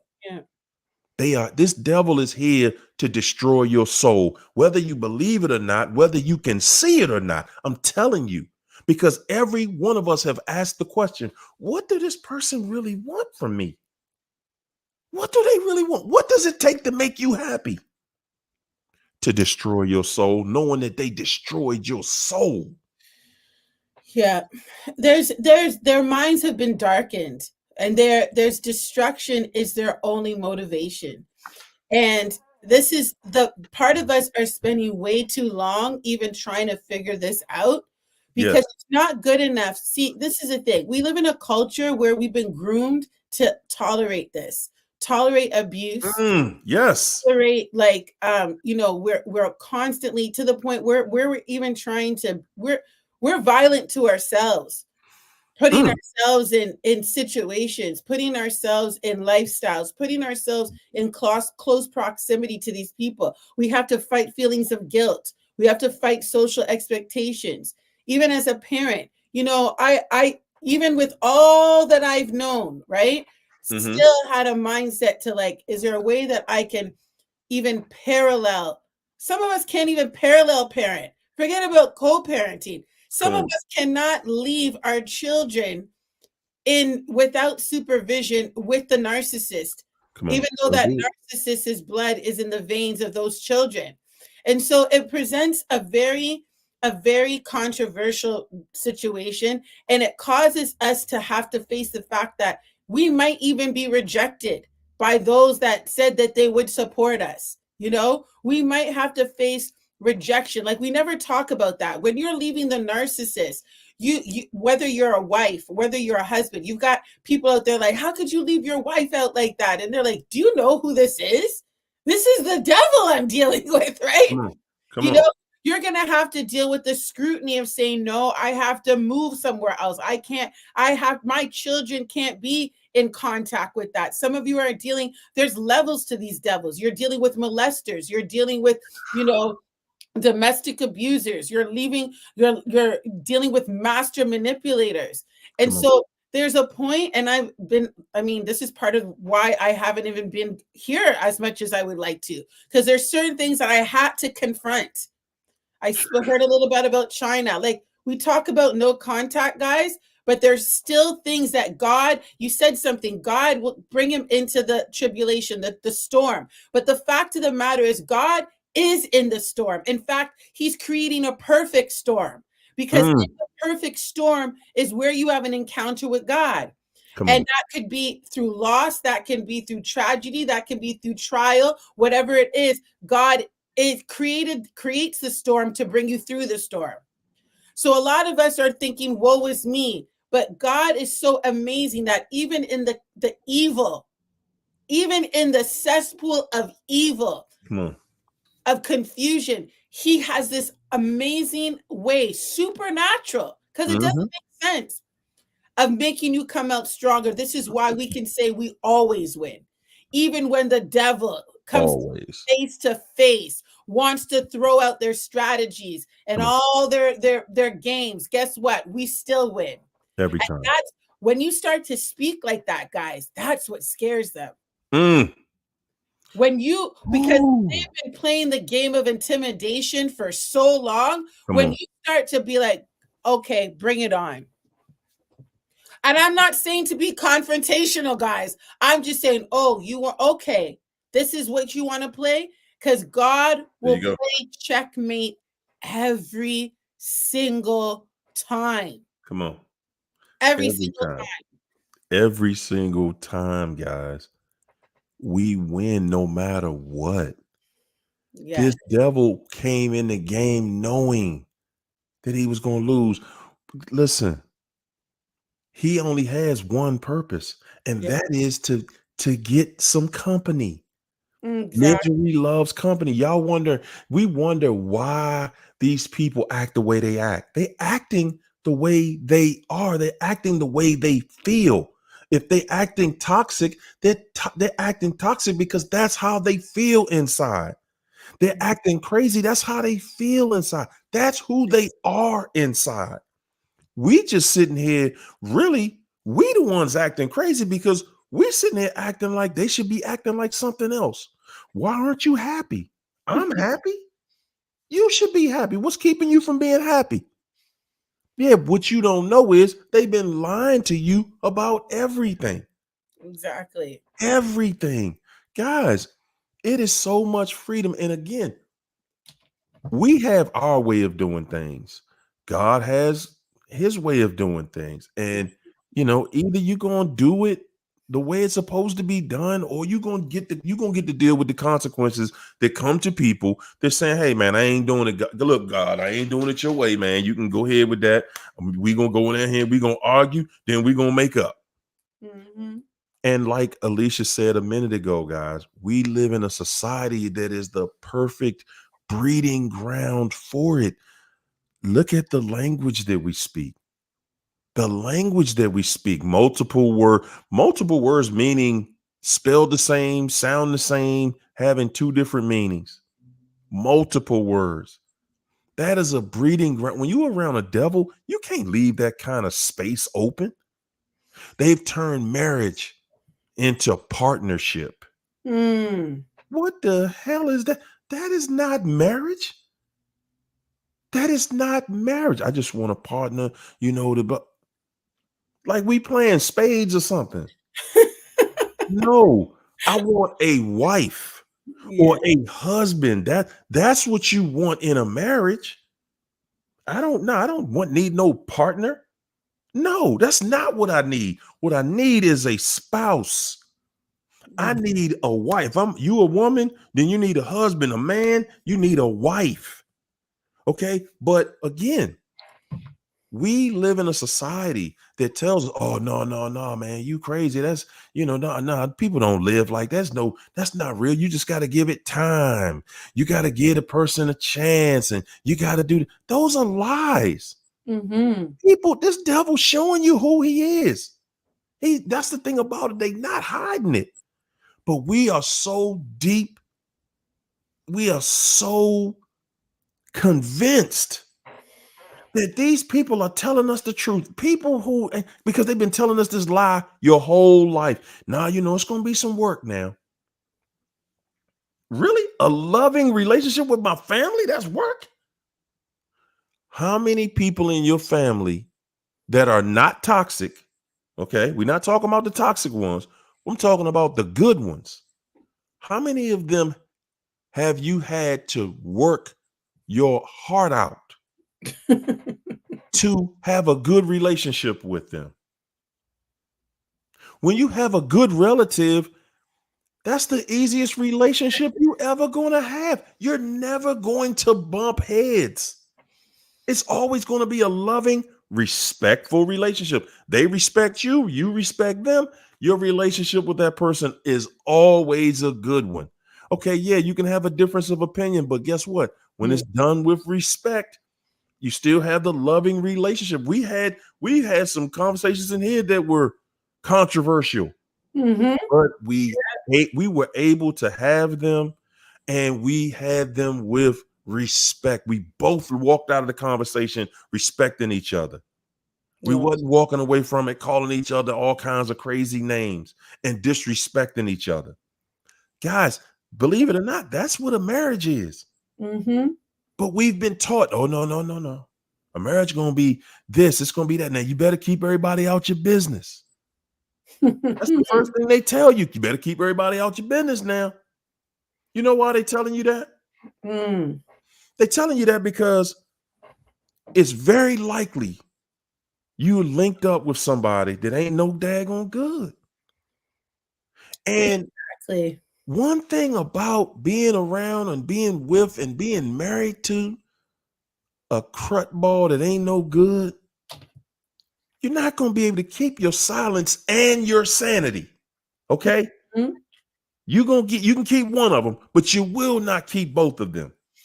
You're not going to be able to just have, okay, I can't tell y'all that, my spouse doesn't cooperate, doesn't respect me, doesn't reciprocate, doesn't truly love me. You can't just walk around every day like that with somebody and act like that's not bothering you. But and now they even got the pastor that marrying you telling you that. Hey man, y'all want to keep a long marriage? Y'all better keep people out your business. Exactly. Nah, Rev. Nah, man. I'm gonna tell everybody. I'm gonna be my next marriage. When I get married, I'm telling my wife right there on the altar, baby, you start acting crazy, I'm gonna tell everybody. Yes, I am. Because I need people to tell me, bro, you better get away from that fool. I don't need people telling me, no, y'all need to go to counseling. Y'all need to do this. And you know why I'm saying that? I'm going, and guys, y'all can just take it how y'all gonna take it. I'm not pushing people for that old hustle, go to marriage counselor and sit down. Because somebody who abusing you, they're not going to no marriage counselor and tell that counselor, well, it started out when I started cheating on my wife, and I mean, I saw this thing at work, man. I had to have it. I mean, good gracious, and we just here to talk about it, right? We're not pointing no fingers, and then not only that, I was, your sister is kind of fine, and I got with her and a couple of your cousins, your girlfriends, man. I know I'm gonna get so-and-so. I'm gonna get Sharon. It's no question I'm gonna get her. You're not gonna have that kind of conversation at at one of those marriage counseling sessions.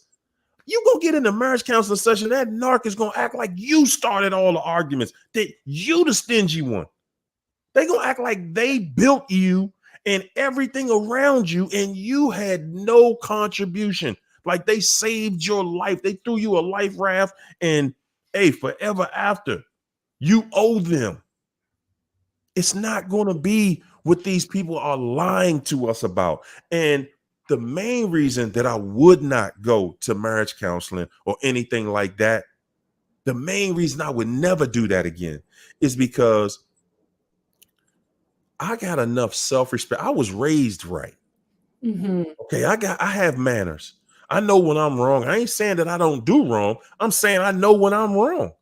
And I'm saying I know that I'm not the type of person I'm gonna go out here and destroy a good relationship, a marriage with someone. I'm gonna disrespect my marriage to the point where we need to go talk to a counselor.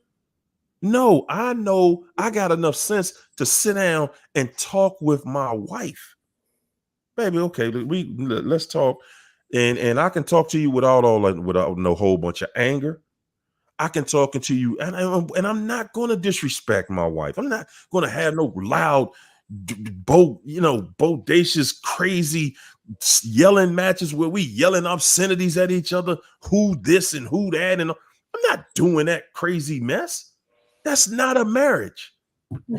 And this devil want us to believe it is.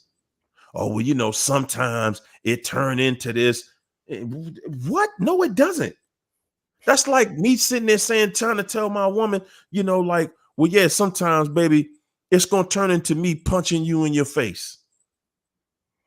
Well, can I just say this, okay? The reality is that people want to avoid accountability, period.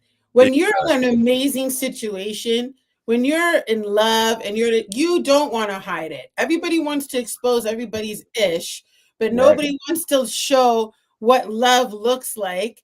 And there's this whole culture behind especially in certain communities, that you keep everything behind closed doors. It's nobody's business. And so when the abuse starts, the victim feels like it's their responsibility to keep it under wraps and do whatever they can to stop the abuse, not realizing that the person was always an abuser.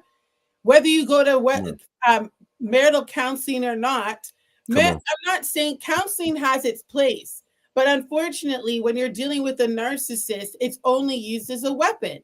And so there's an entire, you talk about wanting a wife, but here's the thing. People don't even know, how is it that you have an entire culture that is anti-God, anti-virtue, anti-chastity, say it again, anti-everything. Everybody's a hoe. Yeah, that's what I said. Everybody's a whore, male and female. But all of a sudden, after you've run up in like how many numbers of people's, like the list is off the chain, you decide that you want a husband, you decide that you want a wife. Listen, newsflash, no husband wants a wife, a woman who's rolled up in like 150 people in their city, okay? No woman, and men, that goes for you too. No high value woman wants a man who's out there in these streets. And so no wonder you have all these soul-tied individuals, generationally cursed individuals that you are becoming intimate with, and then wondering why the marriage doesn't work. Okay? There a lot of times when you're dealing with these narcissistic people, they have a lot of trauma. And listen, trauma can go both ways. A lot of us have gone through trauma, but we're trying to do the work. The narcissist becomes the trauma, becomes the abuser, becomes the poverty, becomes the, derelict, whatever you want to call it. They're like, they become the garbage, the evil that was poured into them. That's right. So we have to, in order for us to have marriage back again and relationships that, like Hario, you're talking about, the only way it can be done is when the highest level of love, which is God, is glorified in it. So it's either you're glorifying Satan in your marriage. I don't know about you, but I've seen enough hell in a marriage to know that wasn't God. Exactly. And we think that because we get married to the devil and we're going to bring it to God, that we're going to make it right. Wrong. No, we're not. That's not going to make it right just because, oh, we got married, but we married now. That's a covenant. Nah, you married a devil, and you're going to feel the wrath of going against what God was telling you the whole time. And we live in a world, like you said, it's anti-marriage, it's anti-life. That's That right. tells you those two things right there, anti-love and anti-life. Those two things right there should tell you who's pushing this agenda. And this devil is pushing this agenda in a way where you can't really verbalize it, where you can't really describe it just in one way. Say, well, yeah, look at this one thing. No, because it's in everything. It's in everything. It's in all of the images around us. And we don't even see the impact of these negative images. And we're sitting here every day on social media. Yeah. Man, this devil got social media locked in. Wow. Got a war between the men and the women. Now it's this other new movement out there that they saying we just not dealing with the other sex of people. We're not dealing with the men no more. We just done. Like, really? Are you serious? Yeah, it's a movement. It's called the 4B movement. Yeah, 4B. This is the thing. This is what happens. This is interesting now, because now instead of submitting to what we're talking about, you got people creating new things, there you go. new labels, come on, new concepts that come out of nowhere that's of God. And some people don't want to hear this because it gets this is when it gets uncomfortable, because now this is when you have to start to examine what you're down for, what team you're on. There you and go. I'm here to tell you there's only two teams. There's good and there's evil. That's it. There's God and there's Satan. Come on. There's nothing, everything in between is confusion. Everything is to keep you lost. Everything is to keep you. And the devil says it like this: stay lukewarm, because when you don't know, when you're in a state of confusion, you're good for nothing, really. How many of you, when you're in a state of confusion with the narcissist, you can't pursue anything? Okay? Because confusion is exactly what the theme is tonight. Robs you of your time and robs you of your mind. And if you're confused, how are you going to have a healthy life? There's no clarity. It's better that you see, the thing about the narcissist, depending on which one, if you're dealing with a covert or an overt, you got the narcissist that's going to tell you straight up what they're trying to do. And then you have the narcissist that's covertly trying to do it. I have more, I can understand a little bit more the narcissist that's going to tell you, yo, you ain't nothing. I'm going to leave you out in these streets and ain't nothing you can do about it. At least you're telling me the deal, devil. There you go. You got these devils out here. And these are the ones I really don't like, Hario, is the ones that are covert, all up in the mix, trying to act like they're your bestie, trying to act like they're your man, your woman. They're loyal. They got you. They're ride or die, all that type of stuff. Because that's the one that is the most diabolical. That is the one that will snatch your own soul while you sleep. That's the one that will have you not even just prepare a grave for you, have you with your shovel digging a grave, not realizing it's for yourself. Come on. Participating in your own death and your own abuse. And so the greatest thing that we can do right now is to get back to the foundation and say, God, who am I and who am I supposed to be? How am I supposed to show up in a relationship? God, what is a wife? How can you sit there? This is what gets me. How can we sit there? Listen, marriage is money making. All of these these battles are making people online rich, okay? All these counselors in the first 3 seconds know that the marriage is going to fail, but they'll sit there and take your money for the next 6 months trying to tell you everything's going to be all right if you just read this book and you sign up for more sessions. This is the world that we live in, guys. And the only one that has your best interest at heart is God. That's right. It's God. Right. The whole concept of marriage is in the book. Come on. Why do we have it? Because it's the only God-ordained institution. Did you know that? In the earth, nobody created marriage with their hands. It's a godly, it's a spiritual institution.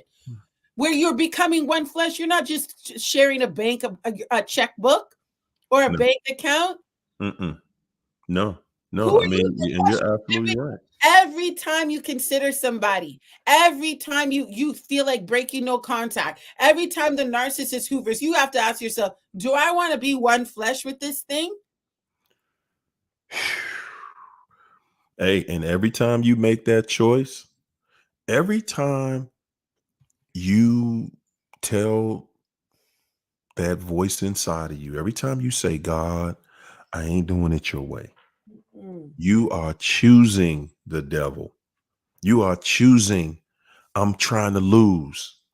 I'm not trying to win anymore. I don't care how bad this feels. I want this person because Yeah. this person looked cute on my arm, or this person got this amount of money, or this person got this influence with, these celebrities, and I can be a star, or this, that, whatever the crooked reason is. We are living in a world where this devil has now just said flat out, look, I'm about to separate y'all. I got y'all separated. I got y'all at war. Now I'm going after your children. Guys, I tell y'all all the time, I love watching nature shows, and the baddest lion in the jungle. Everybody fears that lion Mm. except a mother protecting her calf, cub, whatever.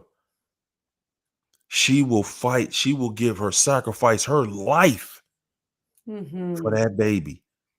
And we're not doing that with this devil. We're not fighting this devil for our babies. We letting this devil have our babies. We letting this devil infiltrate our homes with this internet and music and this stuff they call music. It is not music. That is not music. If you let your children listen to that death, it is death. Oh gosh. It Wow. is death and destruction. You don't listen. This devil got us to the point where at least at one time you could listen to the radio and you could hear some happy music. Yeah, Now they only allowed to produce death and destruction. absolutely. And it's grooming them. Look at this. I sit there and I'm like, who are our children going to become one with?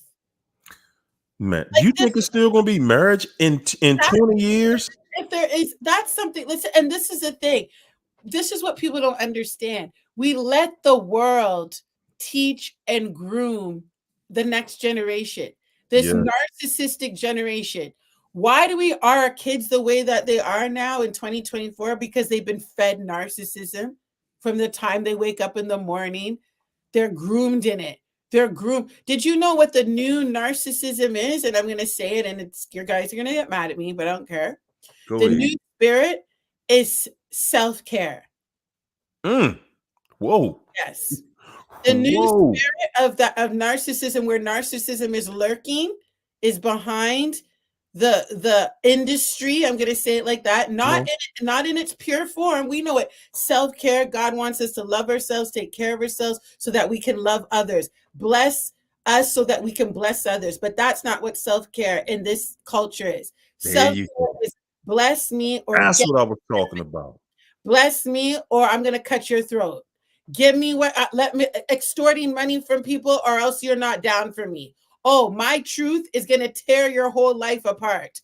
Come on. Everything is driven you, and this is why we have to be discerning, and this is why I have the channel that I have, because while we're having these conversations, there's some deep spiritual things that are happening, spiritual wickedness, so that you become the narcissist that you're fighting Come on. against. Come on. Now, all you care about is your happiness, your money, Woo.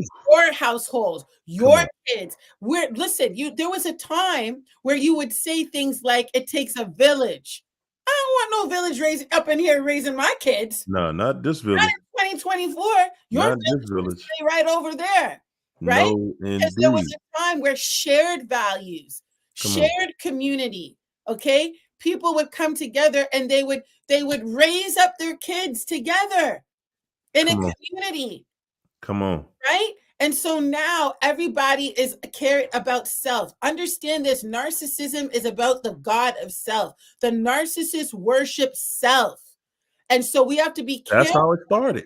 Exactly. We have to be careful when we use this term self-care, that we use it rooted in what God says is self-care, as opposed to what the culture, which is demonic. Come on. Self-care will say, I'm going to cut off my body parts. Self-care will tell Ooh, I'm gonna, good God get Almighty, a, you a, talking a now? botched, BBL. Come on. Okay. Self-care will say, I have every right to tear down somebody to get ahead. Okay. And so these are things that Girl. we have to examine. I see someone saying, we're all of us are sinners. All of us have fallen short of the glory of God. All of us make mistakes. But guess Mhm. what? When you get the revelation, there's Come an on. expectation. When we come on here, there's an expectation that you are going to get stronger. There's an expectation that healing's going to take place. It's not in vain. And so there's an expectation. If we want the life that God wants for us, and Come on. that's a significant mind shift, that means we have to see things the way that God sees things, and Yeah. and pray about that. We're on a lifelong journey. This Come on. is not going to be overnight, guys. I Ooh. always say it on my channel. I am on the Mm. journey with you. I'm fighting demons every day. I had to call the police the other day on this brother. Yes, I did. I had to I had to have a conflict to fight for my freedom. Glory to Wow. be to God. And That so is this is not a game. sweet. When you don't see me, I don't like to go because I have to protect myself and my family. But when you don't see me, make sure you are praying for me as I have been praying for you. Wow, Alicia, from just us having our conversations, I that's what I try to tell people. Hey, Alicia's she'll be back, everything is cool. Mm, Because I would just rather you tell everybody, like, people have this thought that we don't deal with issues from this devil. yes. Listen, y'all, we are amongst the most attacked. When you see us on our platform, please understand that platform is a sign for this devil to attack us with everything they got. And Yeah. I mean everything they got. Because you think this devil want Alicia in here tonight giving y'all what she giving y'all? No. And you just said something a minute ago, and it tied right into what I was saying.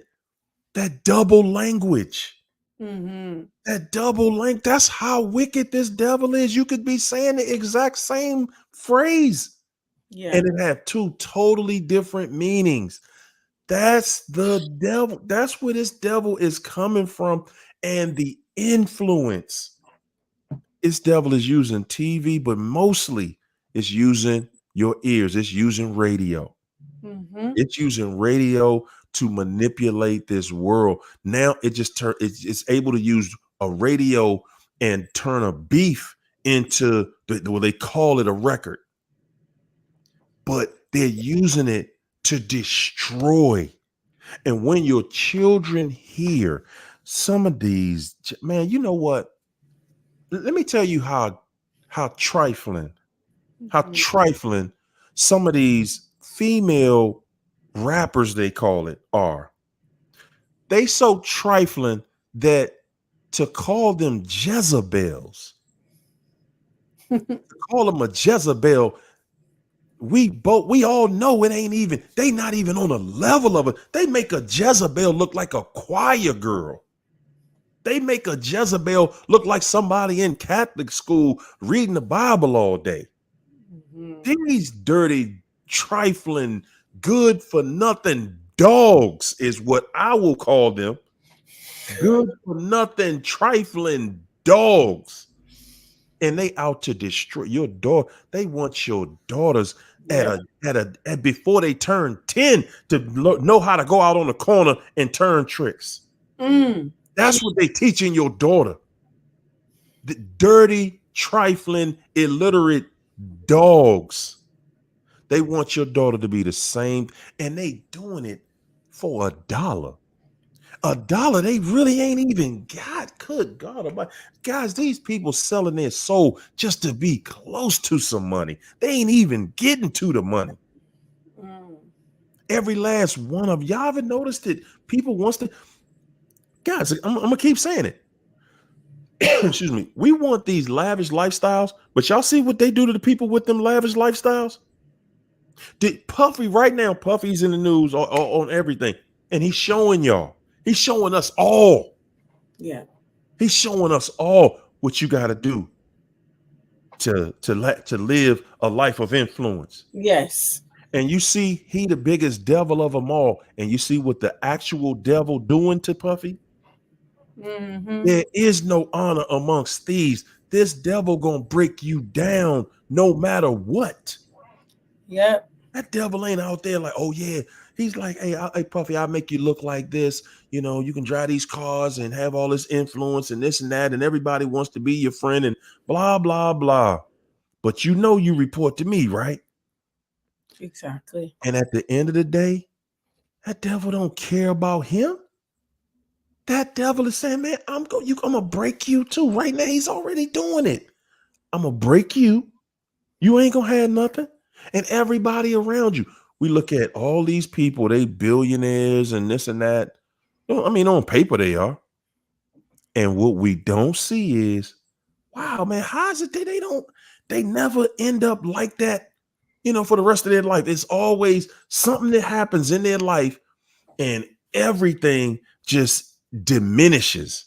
And we're not even looking at like, you know, like guys, Wow. this devil want to sell us this dream of, you know, financial freedom and you just can have anything you want in the world.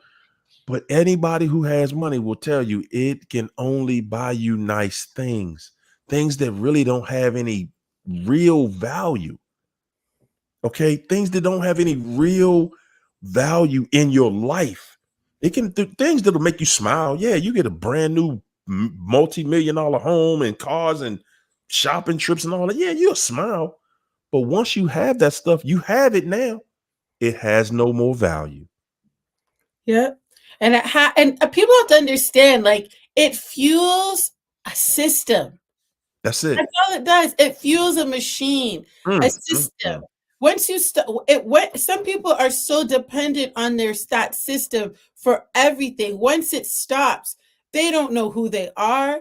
They want to take their life. They want to, yes. their businesses crumble. They want to kill their whole family. Like, you see people losing their minds because there is a system. And but there's also a kingdom system. There's a godly system. Built on faith, power, love, peace, love for thy neighbor. And what we're seeing, this is a kingdom platform. Why? Because there's unity. Okay. There's camaraderie. There's help. There's healing. And anytime something tries to infiltrate this space that doesn't echo the kingdom of God, it gets booted out. Or it has to be corrected. Come on. Even, and I'm going to say it, even any type of profanity, any type of profane language, you can't utter the word of God and then be cursing out your same mouth. I'm going to rebuke it. I don't care, period. So the point of the matter is we have to understand, if we're going to do it God's way, we have to do it in the best way possible. It's not a game. It makes no sense for us to weaponize and use God for our own agendas and weaponize, because we can weaponize the word of God too. We can fit it where we want. Say that. Good God. Say that. We can weaponize the word of God too. And you know what happens when you weaponize the word of God and you really don't believe in this God of the Bible? You are performing witchcraft on yourself. Thank you, Jesus. You are performing witchcraft on yourself. You are trying to use Jesus, the scripture, your prayers to do incantations. And I'm telling you right now, I feel the power of God. Some of us are just using God when we're in trouble, using God to fight devils, and you don't understand that you are playing with the fire. He is a consuming fire. So you will get burned. Come on. And why am I saying this tonight? Because we can't be entitled children that don't know how to play by the rules. And you know what, too? God is showing you. God is showing that was powerful right there, man. That was powerful, because we get on ourselves, man, about things we want, and we wish we were this and we wish we had that. But man, you just don't know what you really have. Most of the time, we don't even realize you really have a real connection in your life. You could be walking around here with multi-millions of dollars. I was watching a video earlier of Floyd Mayweather, walking around, and he got his whole entourage and all these people holding money and clothes and shopping. And these are just paid robots. How many people Floyd got in his corner that actually love that guy just for him? Take away his money and they love this dude just for who he is. And I'm not saying he doesn't have that. I'm saying, but it's not going to be that same number of those people that you see walking around them. And I'm saying that for anybody and everybody. At the end of the day, guys, don't get me wrong. Again, yeah, money helps us go out here and you can buy this and you can buy that and everybody's smiling and we having a good time and this and that and whatever. But at the end of the day, money is not going to buy your family love inside your home. No, it's not. No, it'll buy everybody some stuff and everybody start acting spoiled and acting like they deserve everything and they got to do nothing for it. Yeah, that's what money will do. Yeah. And then you're looking inside your house and you're saying, hey, where is the love? Where is the love? Can it buy me that?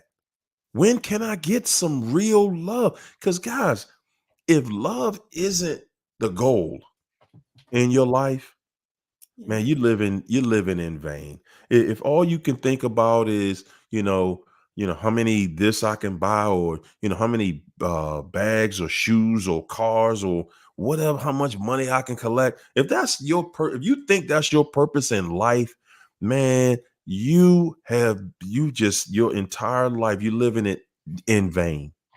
Yeah. You're living a life in vain. I saw another video today, a basketball player, and he talked about how 90+% of NBA players, their careers are usually around 3 or 4 years, just like the NFL, not for long. 3 or 4 years. They're multimillionaires for those 3 or 4 years, right? Guys, they said that he said, man, listen, I'm looking at the stats, I'm looking at the numbers, and I know the players who play. It might take you 3 or 4 years, 5 tops, and you're broke. You went from being a multi-millionaire to broke. How you going to survive out here? How you going to make it out here? We sitting around here whining about our money situation all the time. These people have gone from being a sports figure, a superstar, musician, whatever, and they thought that they would be able to live a life of prosperity because somebody showed them that money. Mm-hmm. And guys, real life does not really work like that. You got 3 people out here that you could say, yeah, and that's Michael Jordan and LeBron. That we realistically say, oh yeah, they retired and LeBron's still out there, but basically Michael Jordan. Who else can we say that really just retired and that dude just filthy rich, still getting rich? The rest of them, man, they holding on for dear life, trying to keep their life together, based on the dream that's being sold by this world, this machine. This machine is telling us every day. That's why the styles change every other month. If they bring the designers bringing out something new, they give you a new car. It's the same exact body for 10 years, but they put something different in there, just a little different. So you can say, this is the new one and that's the old one. Just to keep you spending your money. That's what makes the machine work, because as long as you're focused on money,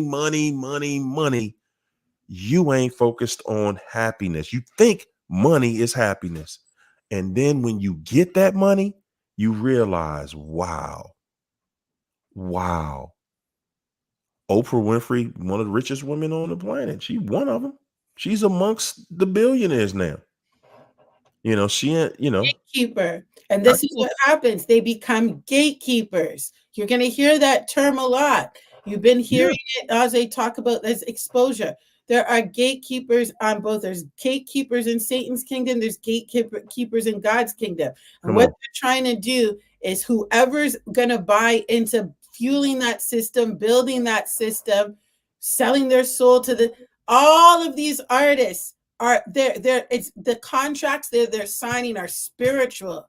And you know what? The thing that they're showing, the thing that Puffy's showing everybody right now is, he said it too. He said, man, I love seeing a grown man sell his soul, doing stuff he said he would never do for money. That's what Puffy said. He loves seeing a grown man doing something that he said he would never do for money. And why? Because guess what? That shows power.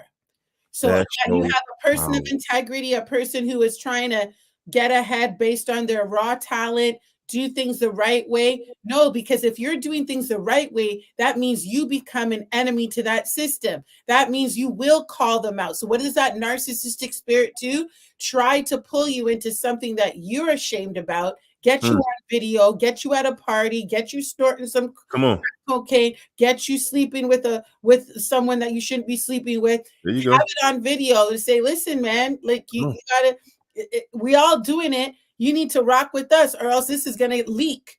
And this is what the gatekeepers do. They control you. That's it. The same way. But then we consume the very thing that, like, you know what, some of us, to be honest with you, we become the supply because we're still consuming this stuff and being like, it's not a big deal. You know how many people in your life, the narcissist is operating in the demonic. You know how many people are still rocking with your narc?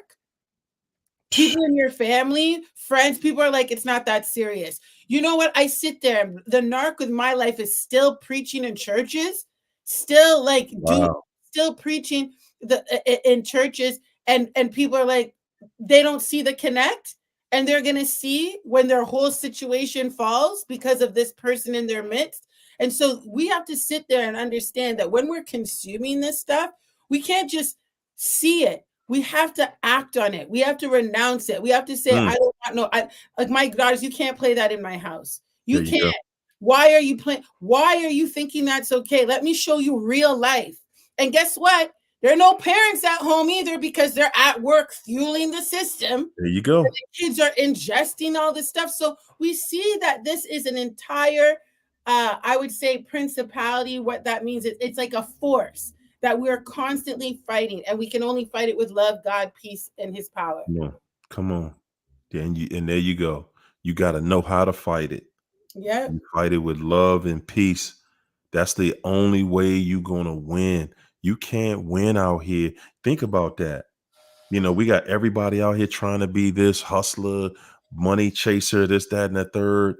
Yeah. Okay, well, when are we going to get some families back together? When are we going to start doing that? Because right now, without, children without supervision, because their mama and their daddy got to work, man, that means that we don't have a strong core in the home. That's why they're not even promoting home anymore with a family. They're promoting all of that stuff being broken apart so that they can control your children, which controls the next generation. Yeah. Whoa, Alicia, man. We got to pray. Come on. The only thing we have is God. The only thing we have is prayer. It's not the only thing. What I want to say is this. You see, the same way that we went no contact, the same way that it might have been a journey, but there is a way to produce our own content. There is a way for us to teach our children. our children are a lot smarter than we think, you know. Yes. Even some of us who have seen ourselves in patterns, like toxic patterns, we know we're in toxic patterns. It's just Mm-hmm. that we don't see enough examples out here to show us what we can do and how we can be living. There you Because go. there's so many people. I'm not going to sit here and believe that there's nobody having successful marriages. Are you kidding me? The No, devil's no, it gotta be. It's gotta be some good ones out there. I mean, that exactly. come There's on. we can't sit there and take on the narrative as if it's the truth.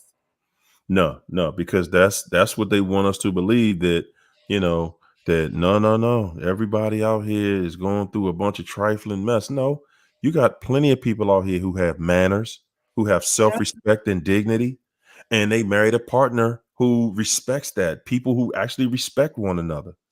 Guys, you're not gonna get it without respect. The moment somebody crosses that line of disrespect, your relationship is over. Okay, you can't jump back and forth with respect. That's just like you gonna disrespect God. You know, you can't say I respect my mama and then you slap her in the face. Mm-mm. I'm like, how do you say? How do you did? Ain't you the same one that slapped your mother on TV? And you respect your man? Stop. No, nobody look at you with respect anymore after that. They see you for who you are. Man, you know, we need to start having manners classes. You know what I'm saying? Because All of that. yeah, but you know what? At the end of the day, people who have manners already have it. People who don't, they not interested in that stuff. It is what it is. Latu Haruna. Mwah. I know it's been a while. I've been waiting. We've been waiting for the super chats. But Latu Haruna said, long ago, my father-in-law told me the soul snatcher is very shallow. Didn't understand it then, but today I can write volumes on the word shallow.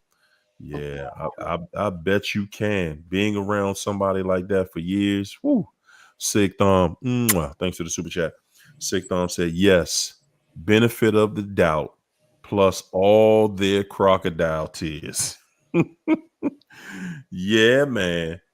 Hey guys, this has been another incredible session, you Yeah. know, with the ladies here tonight. Hey, Leisha, I appreciate you coming through. It was so good hanging out with you, you know. And hey, man, you know, this is home. So don't you never ever get to feeling any type of way, you know. Yes, indeed. We waiting on you, and we get it. You know, sometimes you do need some time, man. This is guys. This is a real world we living in. Just like China was saying before she left, she like, man, Joe, I'm just trying to get this fool to let me out the court. Can I just get it over with? Yeah. And they are hanging on. They are Dang hanging it. on. But hey, what you gonna leave them with tonight, Leash? Well, guys, listen, man. Like Hario said, we're on this journey, okay? And my heart goes out to everybody who's still in this journey. I am always praying. The channel's praying. And when I say the channel, I definitely have some people who are praying for all of you guys all the time. Make sure you subscribe to my channel. I know things have been up and down, but we're getting back on par with our consistency. So make sure you subscribe. We're going to do the overflow tonight for sure. I don't know what's gonna happen because I'm just like gonna throw ourselves in that. We're gonna just pray. We're gonna let the Lord just move in the way that He awesomely does. And if you have a prayer request tonight, you're dealing with rumination, anxiety, fear, whatever it is, addiction, sickness in your body. Listen, when we come together and we petition heaven, things happen. Okay. And so many of you can testify to that. So listen, it doesn't matter what we're going through. Doesn't matter, because even in the affliction, God can bless us. And so we don't let the devil look at us. We don't sweat. We just go forth and we get unstuck from whatever the enemy's in our midst, and we keep pushing, pressing, and moving forward. So let's go.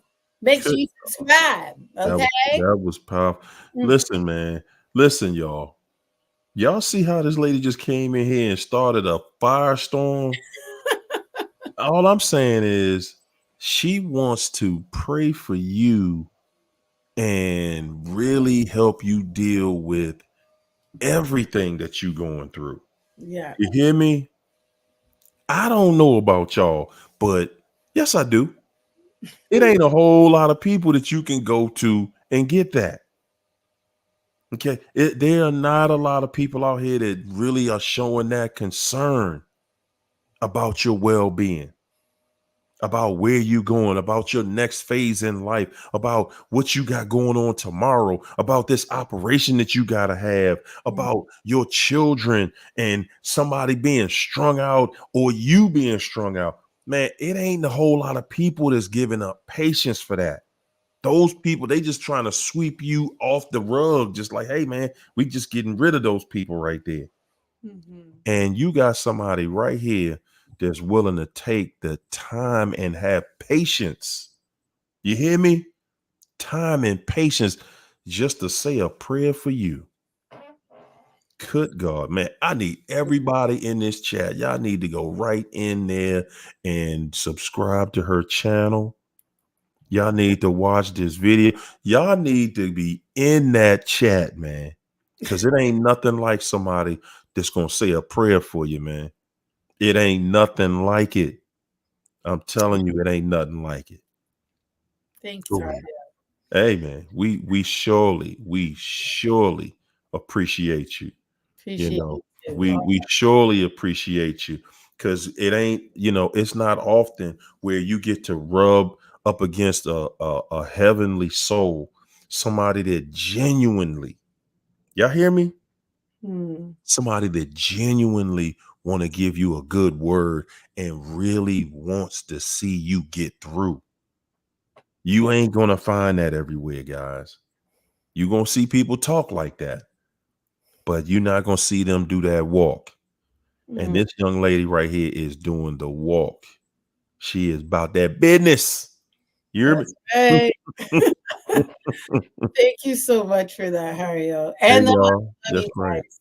That's right. That's right. Y'all better go right on over there and see Miss Breezy, man. She back and ready to attack. I do appreciate everybody in the session. I appreciate the sponsorship, the super chats. Guys, most of all, I appreciate you, everybody in here that brings us something to the table every single night.